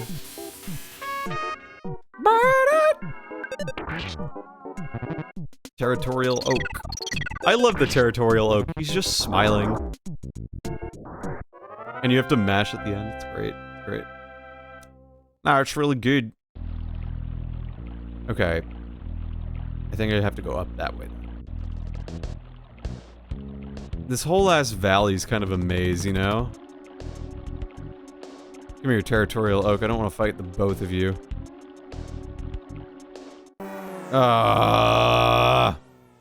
So much for hubris. When I was in Greece, staying in the Airbnb that Layson found me, it was kind of, like, perfect. The only problem is I was traveling with my backpack, a suitcase, and a suit bag, coming from the subway, right? The metro. And I had to then proceed to walk basically a kilometer uphill in the Greek heat of November. And right when I thought I had gotten to the place where I was, there were still 3 more flights of stairs. It was like, ah! And then when I got to the place, the person who I had to meet up with to get the key, she didn't speak any English, and I don't speak Greek. So she was like, yeah. I was like, okay, And she's like, huh? And I was like, And like, it was a whole friggin' thing. You know, like, that's the thing. I love going to places where, you know, it's a challenge, you know? You get to challenge yourself to do new and exciting things, you know? Because I'm gonna be real, like, you can do the easy vacation, and there's nothing wrong with that. But when you get, like, a vacation where you don't speak the language, you've never been there before, you are in the city, like, it's hard, but you know what? You learn a lot of good skills. And I really enjoyed my time in Greece, because, like, Layson and I would meet up at Synctoma Square, and then we went to the Acropolis, you know, and we just walked there, you know? I just walked to the Acropolis, and when I was in Greece, I got to go on runs, and you can do that when you do Airbnbs that are in the city, you know? You can just sort of do that, and I think that that's really, really cool. Greece vacation sounds legit. It was super dope, because the Italy to Greece thing was, post-conference in Italy. So I had a conference in Italy, in Milan. And so my department paid for the flight there, and it would pay for the flight back, or the equivalent. I booked a train from Milan to Florence, and then a flight from Florence to Athens, and then I went back. And that was the whole thing, and that's why I took November off last November, was to do that. I met up with a couple friends and everything. I literally cannot do shit. Here, can I use a bomb? That's good. And so... Damn it. I'm gonna just rewind. I'm a coward, I'm a freak.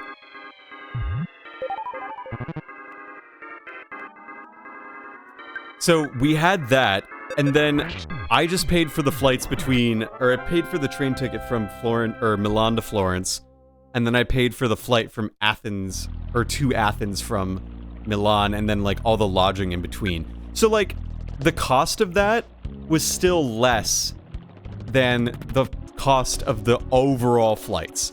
Like, I ended up getting so many travel miles and so many things just reimbursed. Greece is legit. Like, it's worth a visit. And it really helped that I knew someone there. My friend Layson lives in Athens. And he was, like, awesome. He just showed me around, took me to some cool places, like, for food and to hang out. We got, like... He was like, I'm sorry, I'm gonna take you to this place where we're gonna get pad thai for the first dinner I was there. And I was like, dude, I've been eating nothing but fucking noodles. Like, Italian food. I need something else. I need something that is not savory. I need something that's, like, sour almost, you know what I'm saying? I need something different. He was like, okay, cool. Okay. Oh, boy! Oh, dear. I have 1 HP left. I'm just gonna die. I'm about to lose $380.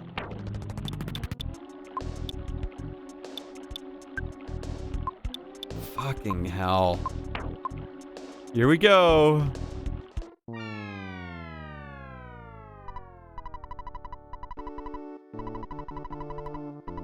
$190.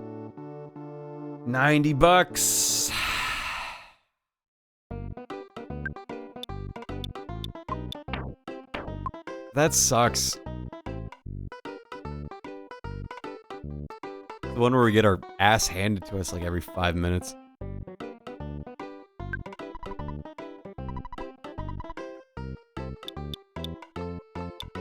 Fuck, dude, I don't know.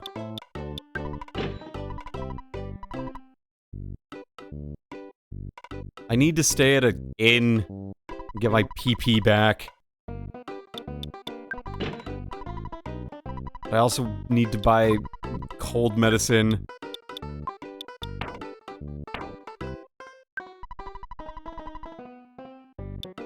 Oh boy, I love Earthbound, but it has a weird difficulty curve.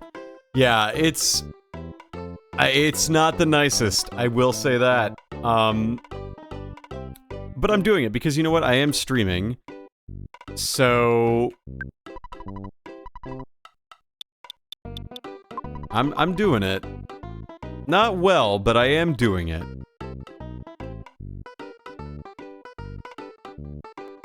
Ugh. Yeah. It's fine. Layson took me to this marina where we got brunch. And all I did was talk about the Minnesota Vikings. In Greece. On the marina. It's all good. May I offer a little bit of advice? Yeah, as long as it is not spoilers.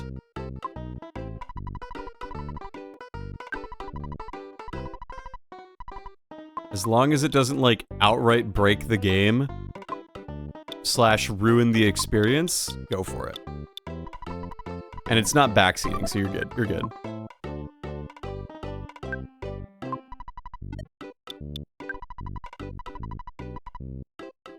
I've been seeing you. Forgive me if you've been doing this. Yep, no worries.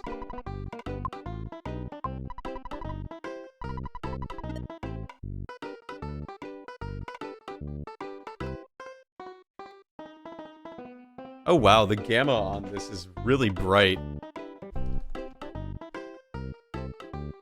I didn't realize how bright the gamma was compared to my screen. Because, like, I can see the pattern on the floor, and I don't think you can. Let me see if I can change that, actually. Let me see.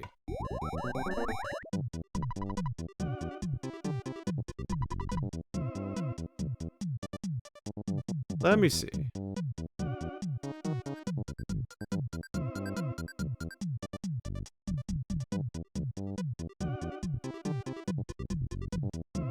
No, I think that's just a thing, you know? Here, we'll just do 0. I'll make this 0, 2. Oh! And then we'll make the saturation. Wow, that's saturated.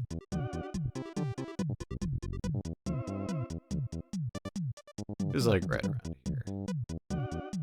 Whoa! Woo! Sorry, I'm having a little fun with this. Alright, well, it's fine. It's not like it's... The brightness is a little high, but whatever.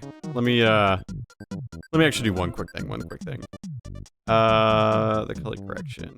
I want to make this brightness just a little darker. Nope. I lied. I don't.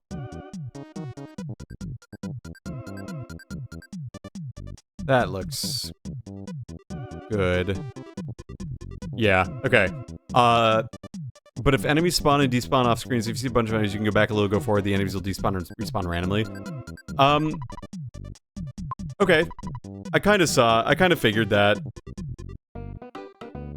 That makes sense. I haven't been doing that, but, like, I haven't felt like I've needed to do that, and I have just, like, offhandedly noticed that, so... I get it.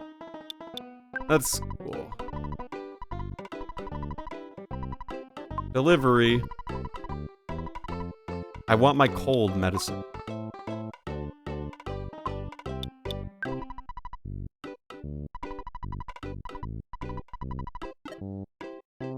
Okay. And I'm gonna stay at the hotel. Foreshadowing? Okay, that's good to know. I'm just gonna stay at the hotel to get all my PP back at this point. Because, like...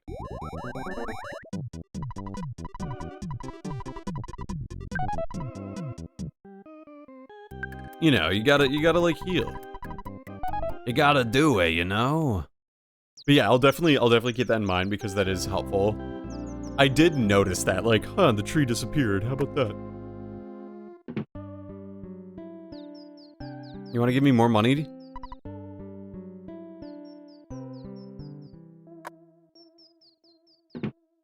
Hello? You can walk right ways, because this mushroom is actually kind of fun, so I'll leave it here. I'm looking forward to the part where this game gets a little nicer to me, you know? It's not quite nice to me right now, you know what I'm saying? It's like a trial by fire. Wow, it is really saturated on this compared to my game. I haven't even been, like, looking at OBS. It could be a life-saving technique, especially for Earthbound, how even Earthbound veterans use it.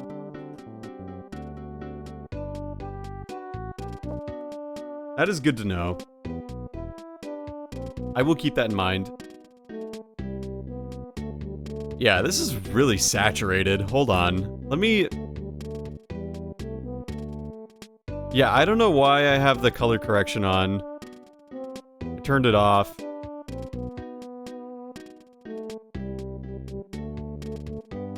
I don't think that made a huge impact, but enough. Okay.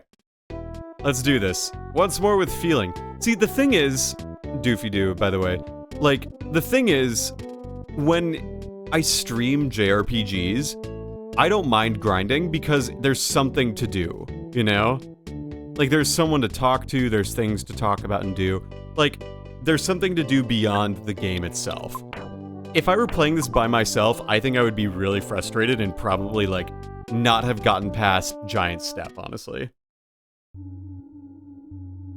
Yeah, I think it looks fine. Yeah, I mean, it's just a me thing. It's just a personal preference thing. Like, don't worry about it. I don't, yeah. Like, because I'm just out here doing this, and I'm getting levels even though I'm, like, dying a lot, like, I think that's kind of the point. The design, almost. It's like, yeah, we expected the game over a few times, but, like, at most, you just lose your money. You still get all the EXP. It's not like in other RPGs where, like, they send you back to a last save, where, like, it's the save that you have, so you lose all the EXP in the process, too. That sucks.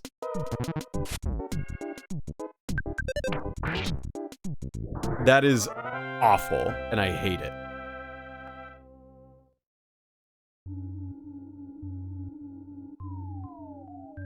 So, like, I can tolerate it.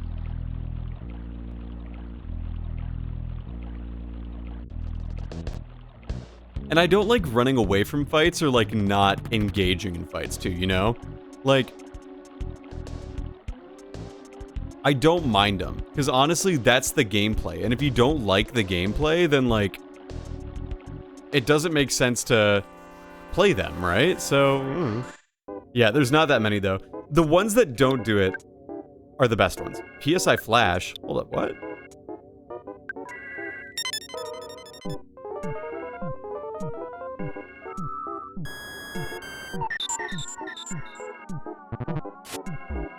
Okay, so that's like a confusion. Okay, cool. It's like the Mother Series in Pokemon, which Earthbound Depths eventually became Game Freak, so that checks out. Yeah, that's true, like... Yeah, that tracks. How do you miss a shrub?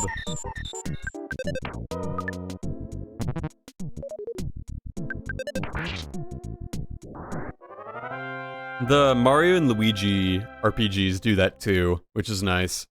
Especially Superstar Saga. Which is good, because Superstar Saga would otherwise be miserable to play.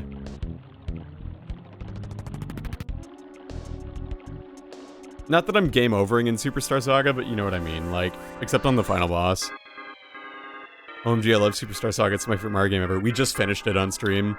I did a, sort of a glass cannon run where I didn't upgrade, HP or defense at all, and only upgraded attack, stash, speed, and bros points.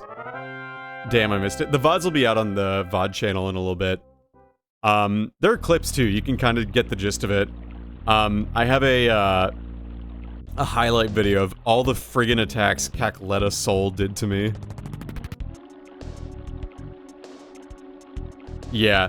Well, I'd never done it before, and the last time I had beaten Mario & Luigi Superstar Saga was when I was like 13 or 12 years old.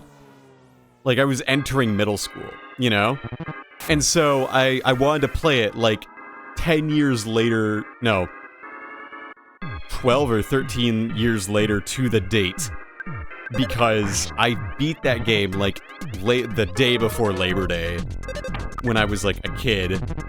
And that's what it was for this, so it's kind of cool. Fun fact, like, I finished that, and then I started playing Earthbound. Meteornium? Let's get rid of, let's get rid of, hamburger. I'm not a fan that key items take up space in my inventory, you know? That's annoying. I think that's a actually very poor design choice.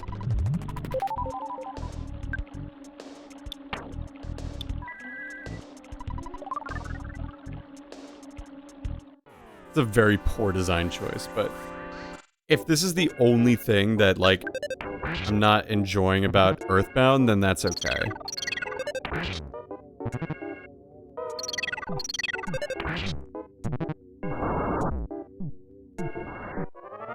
Nice damage. Yeah, 69. Woohoo! Yeah. So, I mean, like, look, I'm trying to do my best to... I don't want to say educate myself, or like, you know, make myself have good or bad taste or whatever, but like, you know, there's a reason that so many people say that Earthbound is one of their favorite games, so it's probably worth playing and trying to figure out why that might be the case, you know? Like, I played Omori, I played Undertale, so like, it's not hard to see where from this game those influences come from, you know? Like, the hint stand in this game is just so Undertale. And I know that that sounds sacrilegious to say because Undertale came later, but like, I guess what I mean to say by that is that I can easily see where Undertale got that visual design influence from. It came from this game.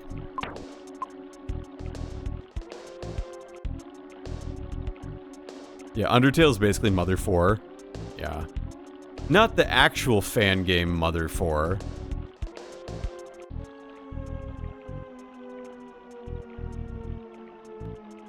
Yeah, I've played a bit of Mother 3 too. I've played up to Chapter 3 in Mother 3.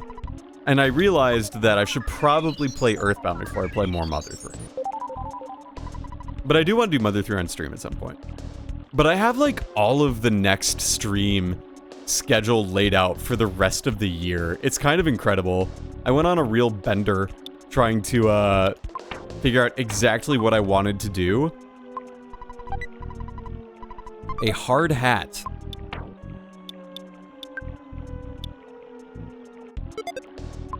Mother 3 is my favorite game ever. It changed my life. That's what I've heard so many people say. So I want to do that at some point. And I have a cartridge of it. I have a literal Mother 3 cartridge with the fan translation on it.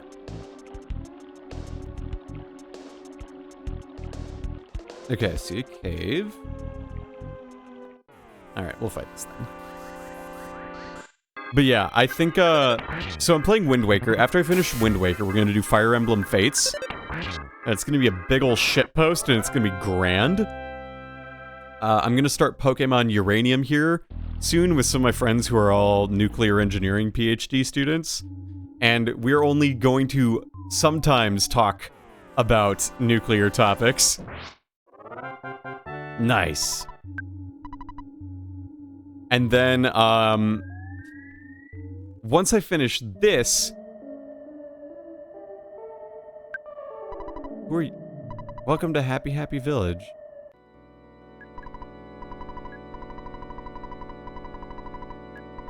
Yes. Good call. I do want to see what that house was. After I finish this game, we will just go straight into AI the Somnium Files Nirvana Initiative on Saturdays. I'm not...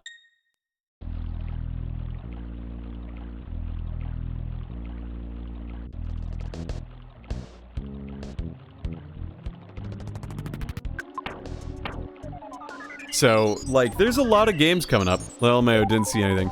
Look, I think it's my prerogative how I choose to play the game.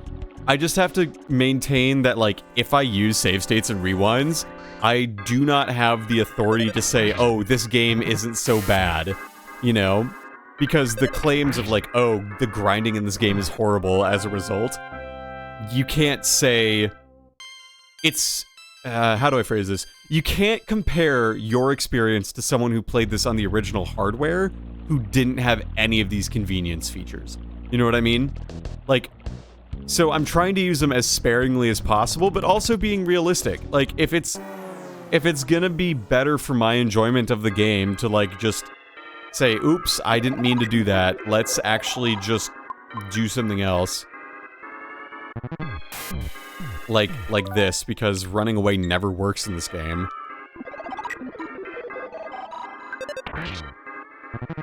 Then I'm gonna do it, you know? It's just a matter of, like, personal tolerance, and, like, I think if you're being consistent with the rules in which you choose to play, then, like, that's fine. It's a single-player game. Yeah, exactly. It's a single-player game. You can do anything you want. It doesn't matter how anything else will affect anyone else. Exactly. Like, I'm not trying to claim either that I'm, like, the greatest Earthbound player that ever lived. I've gamed over, like, 7 times. I think that's pretty standard for the experience, though.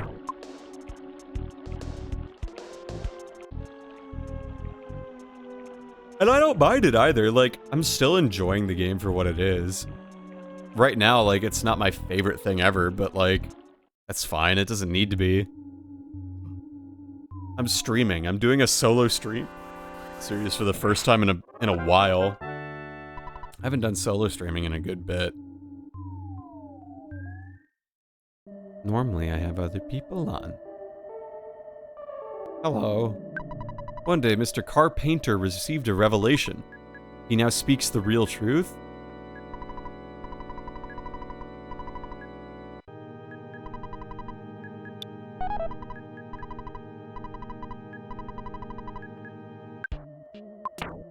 Okay, well, I'll just eat a ham... What is the meteornium? Oh.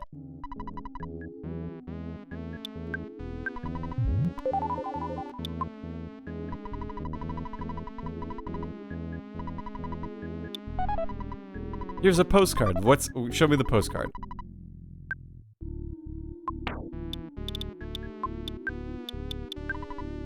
Not really horrible, but the scene on front doesn't want you to make you want to go there. That's such a fucking Undertale description.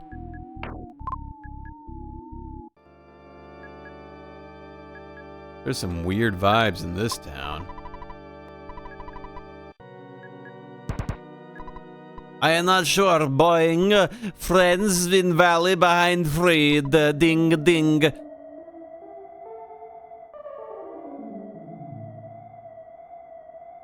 This is such a strange decision for a game made in the 90s to just have a cult. Get happening. Kidnap Paula. You know, she's hidden in a mountain cabin. Oh, now I've done it. I thought you were one of us. I thought, I was joking. Hi, just forget it.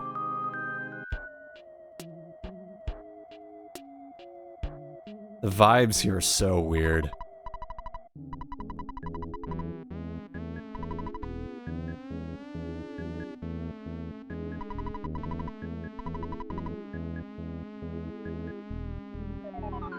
Like, I don't know, I'm almost at a loss for words right now.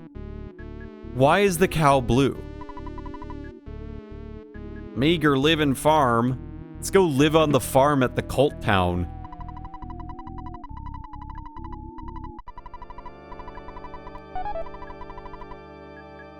Make sure you chant blue, blue before bed. They painted everything blue. They didn't paint everything blue. They're not painted blue. Though everything in this room is in fact painted blue. Who knows if that's legal? Do I look like an expert in color knowledge? What are you? Oh. You're a insane cultist.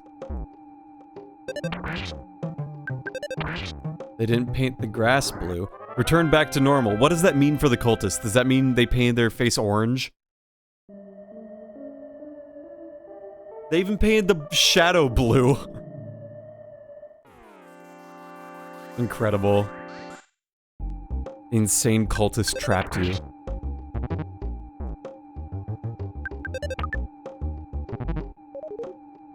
Alright, you leave me no choice. I must destroy you all.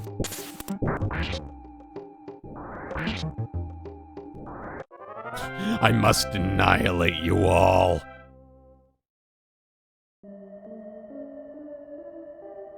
You are a saxophone player. That's Kenny G. I wish for everything to this become blue. Everyone has probably made the fucking Eiffel 65 joke. Everyone has made an Eiffel 65. Oh. Hello? Hi, Dad. No. I'm streaming, Dad. One of my favorite things about the Mother series, you don't kill enemies, you just make them go tamer back to normal. It's just a funny quirk. Yeah. I mean, like, that's the thing. You're not killing anything except for the truly evil. Also, you're a kid. Making a kid kill anything is kind of scary, don't you think? You must think you're pretty important, but you haven't struck by lightning. Mr. Carpenter. Mr. Dink. Music.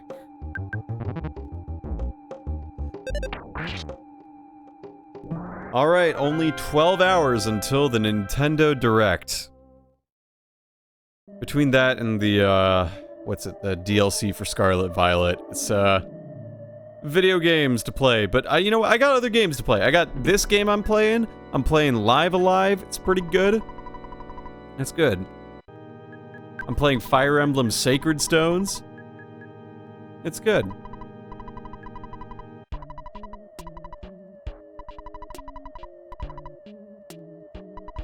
Live Alive, my beloved. You wanna see? There it is. Live Alive. Here, I'll show you something funny. It's, look. It's Odie O'Bright. Oh, this music goes so hard. This is how I beat Odie O'Bright. I was just like Aloha slapping him into oblivion. forever. But it's pretty fun. It was so funny. Dude got hit by a can and he jumped off. I couldn't get the clip because I was out of space, but he like attacked an audience member. I streamed me playing like 2 hours ago on one stream. I just straight up streamed it. It's so fun. Well, if it isn't the motherfucker himself, I love that they beep it. That goes hard. Hey, look, it's definitely not Hulk Hogan. I chose Lei Kugo, by the way, in that. And this girl, she like shows you her boobs for saving her. That's fun.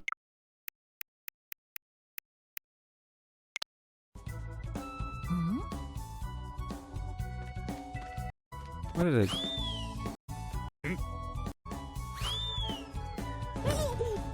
Yeah, I love that,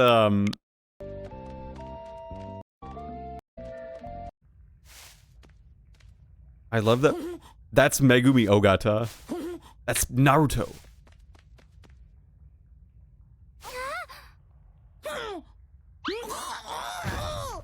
That's Naruto. Anime Cave Girl. Hell yeah. I chose the near future one first, and I was not expecting that. So yeah, I'm quite enjoying my time with Live Alive. I've been taking it slowly-ish, but you know, at a decent pace. I've got 4 routes done. I got 4 routes done.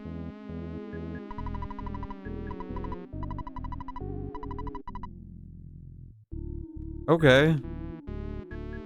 This is a very strange town. Happy. Feel free to shop here. Let's buy a banana. Nope, can't buy a banana. Strange and anti-blue place. Interesting. All of our products here are blessed. Blue drugstore. Let's see. What am I having in my goods?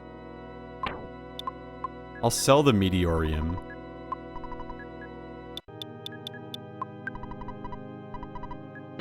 Nice. Breathing new life on older unlocalized JRPGs. I love that. That is really good. Like, I'm excited for the Dragon Quest III remake that they're doing in that style, because, like, that is the best way to remake those games at this point.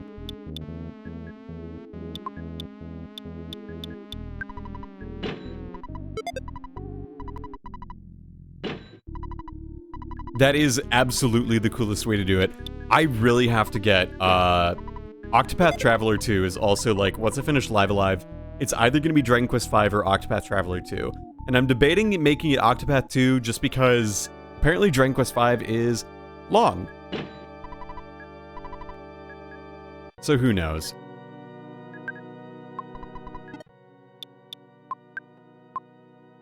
Who knows?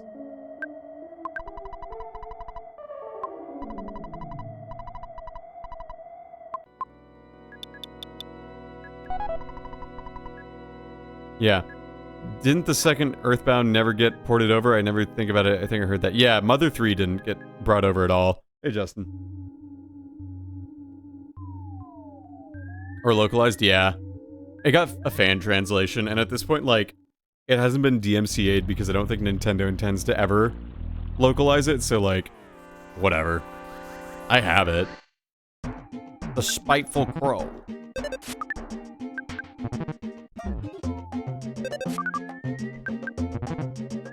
Would you ever consider yourself spiteful, chat?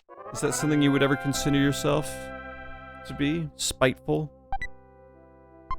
I got a cookie. A spiteful cookie-carrying crow? Yes, big time. Hell yeah. It's like Chrono Trigger doesn't even need a remaster just because it's so good. 2DH2 might be amazing. I agree. Hey, it's Paula!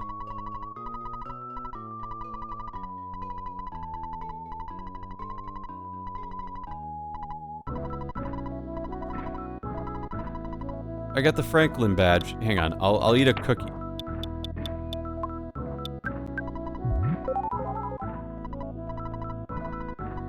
Yeah, the world must become inconveniences. Yeah.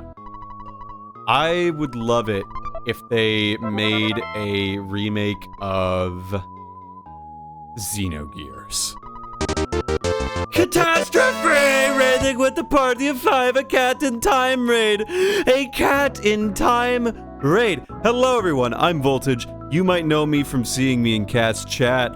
Hi, I don't normally stream on Wednesdays, but because football is tomorrow, I am infringing on Cat's day to stream her own things. So welcome, hi!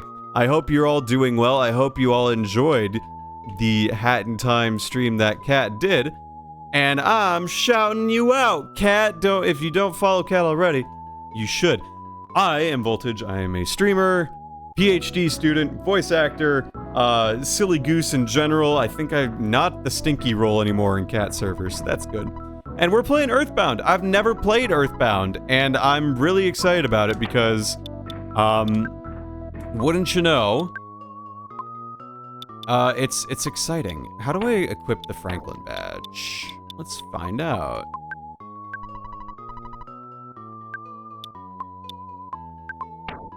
Let's see. Aw, man, I've been meaning to play that actually. Hat in Time. It's a good game, so I've heard. I haven't done it myself either, but, you know.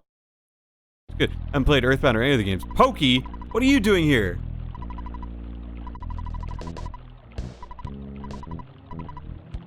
Eat shit, Pokey. What the hell? Later, Potato. Dude, what are you doing? What is this? What is... Really? What a fucking loser Pokey is. Sorry, I don't normally have to drop that level of just swear, but you know what? He's just a loser. He's a loser, okay? He's a loser. He's a loser, okay? He's a loser and I don't like him. And we don't like him. We don't like him at all. So he's a loser. He could go in his absolutely safe capsule and die. Excuse me. Let's throw away the Franklin badge. No. I should sell that baseball cap. I love all the Hat in Time mods. I've seen some good stuff for Hat in Time. I've been meaning to, like, sit down and play it in time, but, I always get a hat of myself. But for real, there's all so many games to play, so I'm glad that you've been enjoying a Hat in Time. And watching a Hat in Time too. Because I hadn't played it before. I'll play it in time, as it were. Where is that shop? Because I don't want the baseball hat no more. It's a 3D platformer collectathon, right? Like, akin to Banjo-Kazooie and... yeah, like all those. And DK64. Yeah, cultist moment. Yeah, by the way, we're fighting a bunch of blue cultists. This is... the vibes are very strange in this zone. Blue.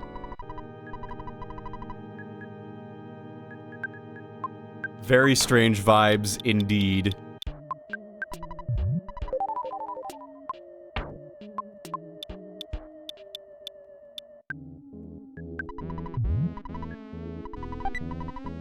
A croissant.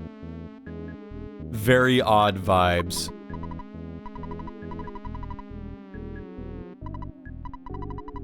Is it your hobby to bother people when they pray? I'll stand somewhere else. Lagoon Blue.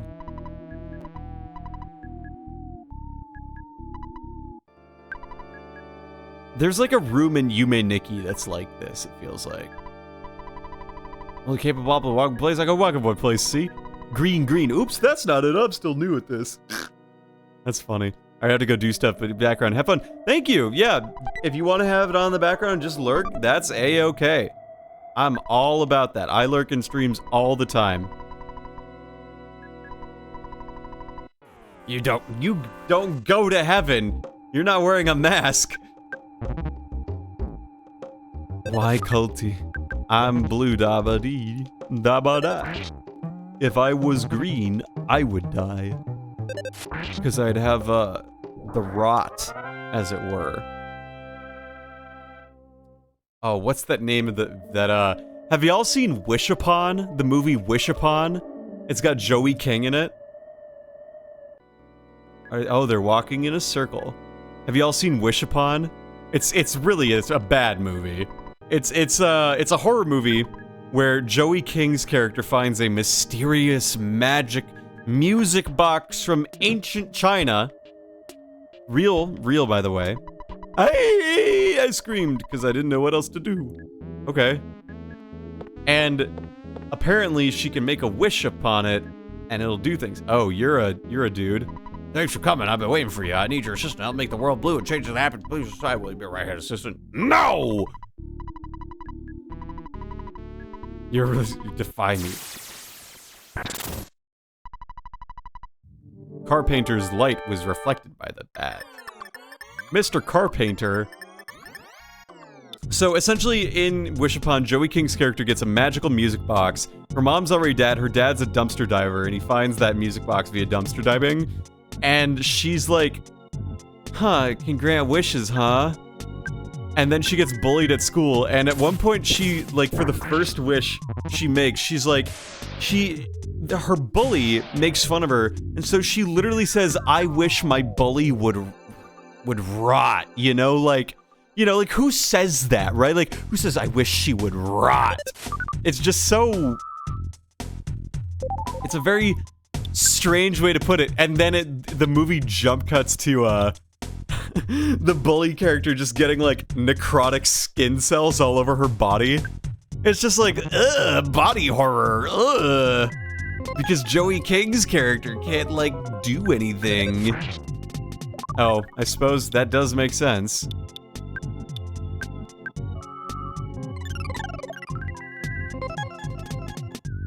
It was like a 2017 movie, so it was like fairly recently, but not like so recently. And like there's one point, the issue is though, when she makes a wish, someone close to her dies in a freak accident. It's a really dumb movie, it's really bad. You can make fun of it, but it's just like, the writing is bad. Like, Joey King does her best with the material she's given, I will say. But it's just like, what is this thing? Oh. A crashing boom bang? Hey, that's CBB! That's CBB, hold up. What other wishes does she make? She wishes that, like... she wishes that, her mother came back, because her mother died. And then, like, literally moments later, she gets a knock at the door, and her mom shows up with two other girls who she's never met before, and she just assumes that they're her sisters. It's really weird. She also wishes for, like, to be rich. Or, like, she wishes to be left in the will of, like, this old man who dies, who's also, like, her rich uncle or whatever. It's just, it's bad. Because, like, every time she makes a wish, someone close to her dies, and, like, people try to tell her that. And, like, she doesn't believe them, despite the fact that they literally they die because, like, oh, her fucking mom or her aunt gets scalped by the hair getting caught in the dish, like, the fucking garbage disposal in the sink. It's so stupid. She wishes that one of the boys at her school were madly in love with her, and then he becomes her stalker. It's like... It's just a bad movie. It's like a Monkey's Paw movie, but done worse. I wanted to have a normal life. Here's the key to open the jail where Paul is being held. Yay, I did it. That's not enough, but whatever. So you're the boy that you went after Mr. Carpainter, and you're awesome. I did it. Oh, all the cultists, they're gone. I don't want to stay. I'm gonna get out of here. Sorry about everything. Let's be buddies. No. Hey, Poke. No.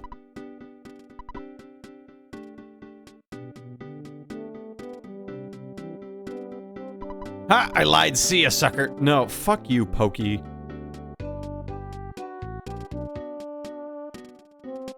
I woke up from the dream. Yeah, I did too. No problem here. I wonder if the cow's still blue. They said someone named Pokey stole all the food. Fuck you, Pokey! I hate Pokey. Oh yeah, okay, the cow is still blue. Let's go get Paula.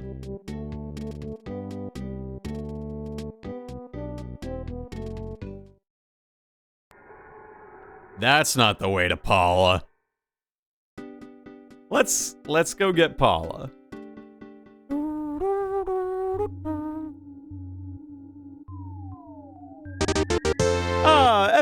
I don't even know. Effie, thank you so much for the follow. Epherium, thank you so. Epherium, thank you so much for the follow. Effie, Oofy, Oomphy. Thank you so much for the follow. Glad to have you aboard the. Glad to have you as an amp in the current. You know what I'm saying? The current viewers. Epherium. Epherium. Thank you so much. I got the cookie. Goodbye, cookie. Let's see, what do I even have? Let me look at my goods. I got the skip sandwich and I got the key to the cabin. Yeah, that is my serious gripe with this game, is that key items should not fill the inventory space. Paula!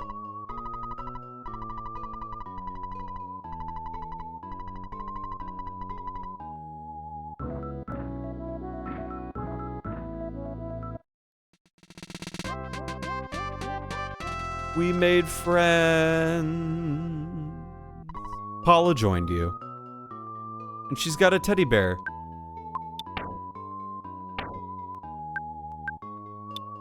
Alright, so there's a frying pan I can get for Paula. Okay, good. Now our entire thing is open now. I want to get around to playing Wind Waker and trying Pikmin.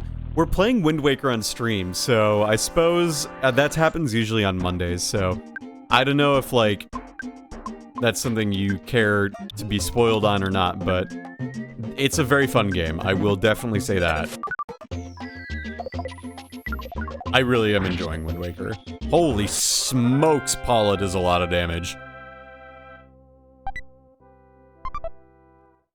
Oh, finally, we have 2 party members, thank God. What? Oh! Oh, chat, you know what it means! Pictures taken instantaneously. I'm a photographic genius if I do say so myself. Okay, get ready for an instant memory. Look at the camera. Ready? Ready, chat? Say fuzzy pickles, chat! Aha! Wow, what a great photograph. This will bring back the memories.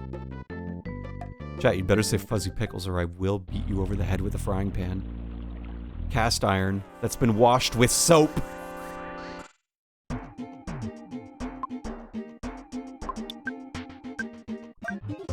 Oh, okay. Pikmin. I have not played Pikmin. I should probably play Pikmin. I think it would be fun. I'd probably enjoy it. I have Wind Waker HD when I was playing it at 6 the South second, couldn't get past it. That being spotted. Yeah. That is definitely like a filter to some effect. I understand completely what you mean by that. It definitely got me the first time I played it too. I had played a little bit of Wind Waker before then, but I hadn't, like... I got past the Forsaken Fortress, I got to Dragon Roost Island, and then I stopped halfway through that dungeon. So now I'm, like, actually legitimately going to... Oh, everything's not blue anymore.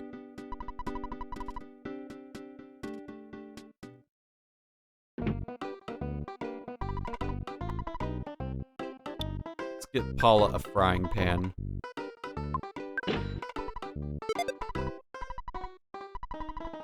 And let's get her a nice ribbon.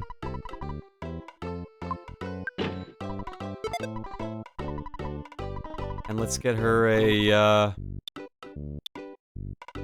nice... Oh. Nope, that's it. Okay, let's call our dad. I would hate to lose progress, so I'm gonna save this game here.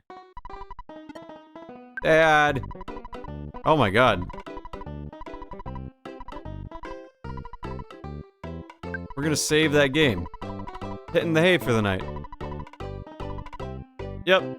I think we're gonna do that too. We're gonna follow our dad's example here because I've been going for a bit. I'm tired. Yeah, I don't want to say I've been running on fumes, but I'm not at 100% right now. And, you know, this is a great place to stop, I think.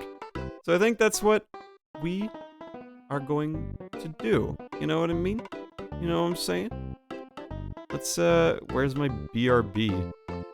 Where's my end stream? General end. There it is. We're gonna wrap it up here. Thank you so much for tuning in. Thank you so much, Ethereum, for the follow. Y'all are cool. Y'all are epic. Let's send you all to go watch Lays. He's playing Baldur's Gate, shall we? With the raid message, blue, blue.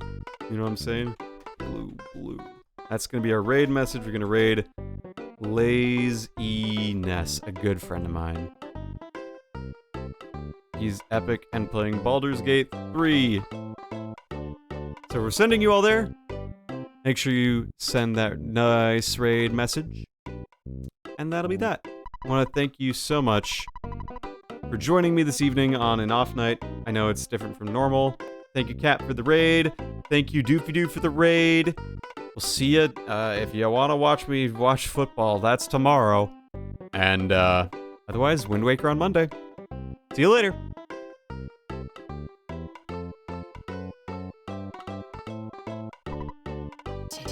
But only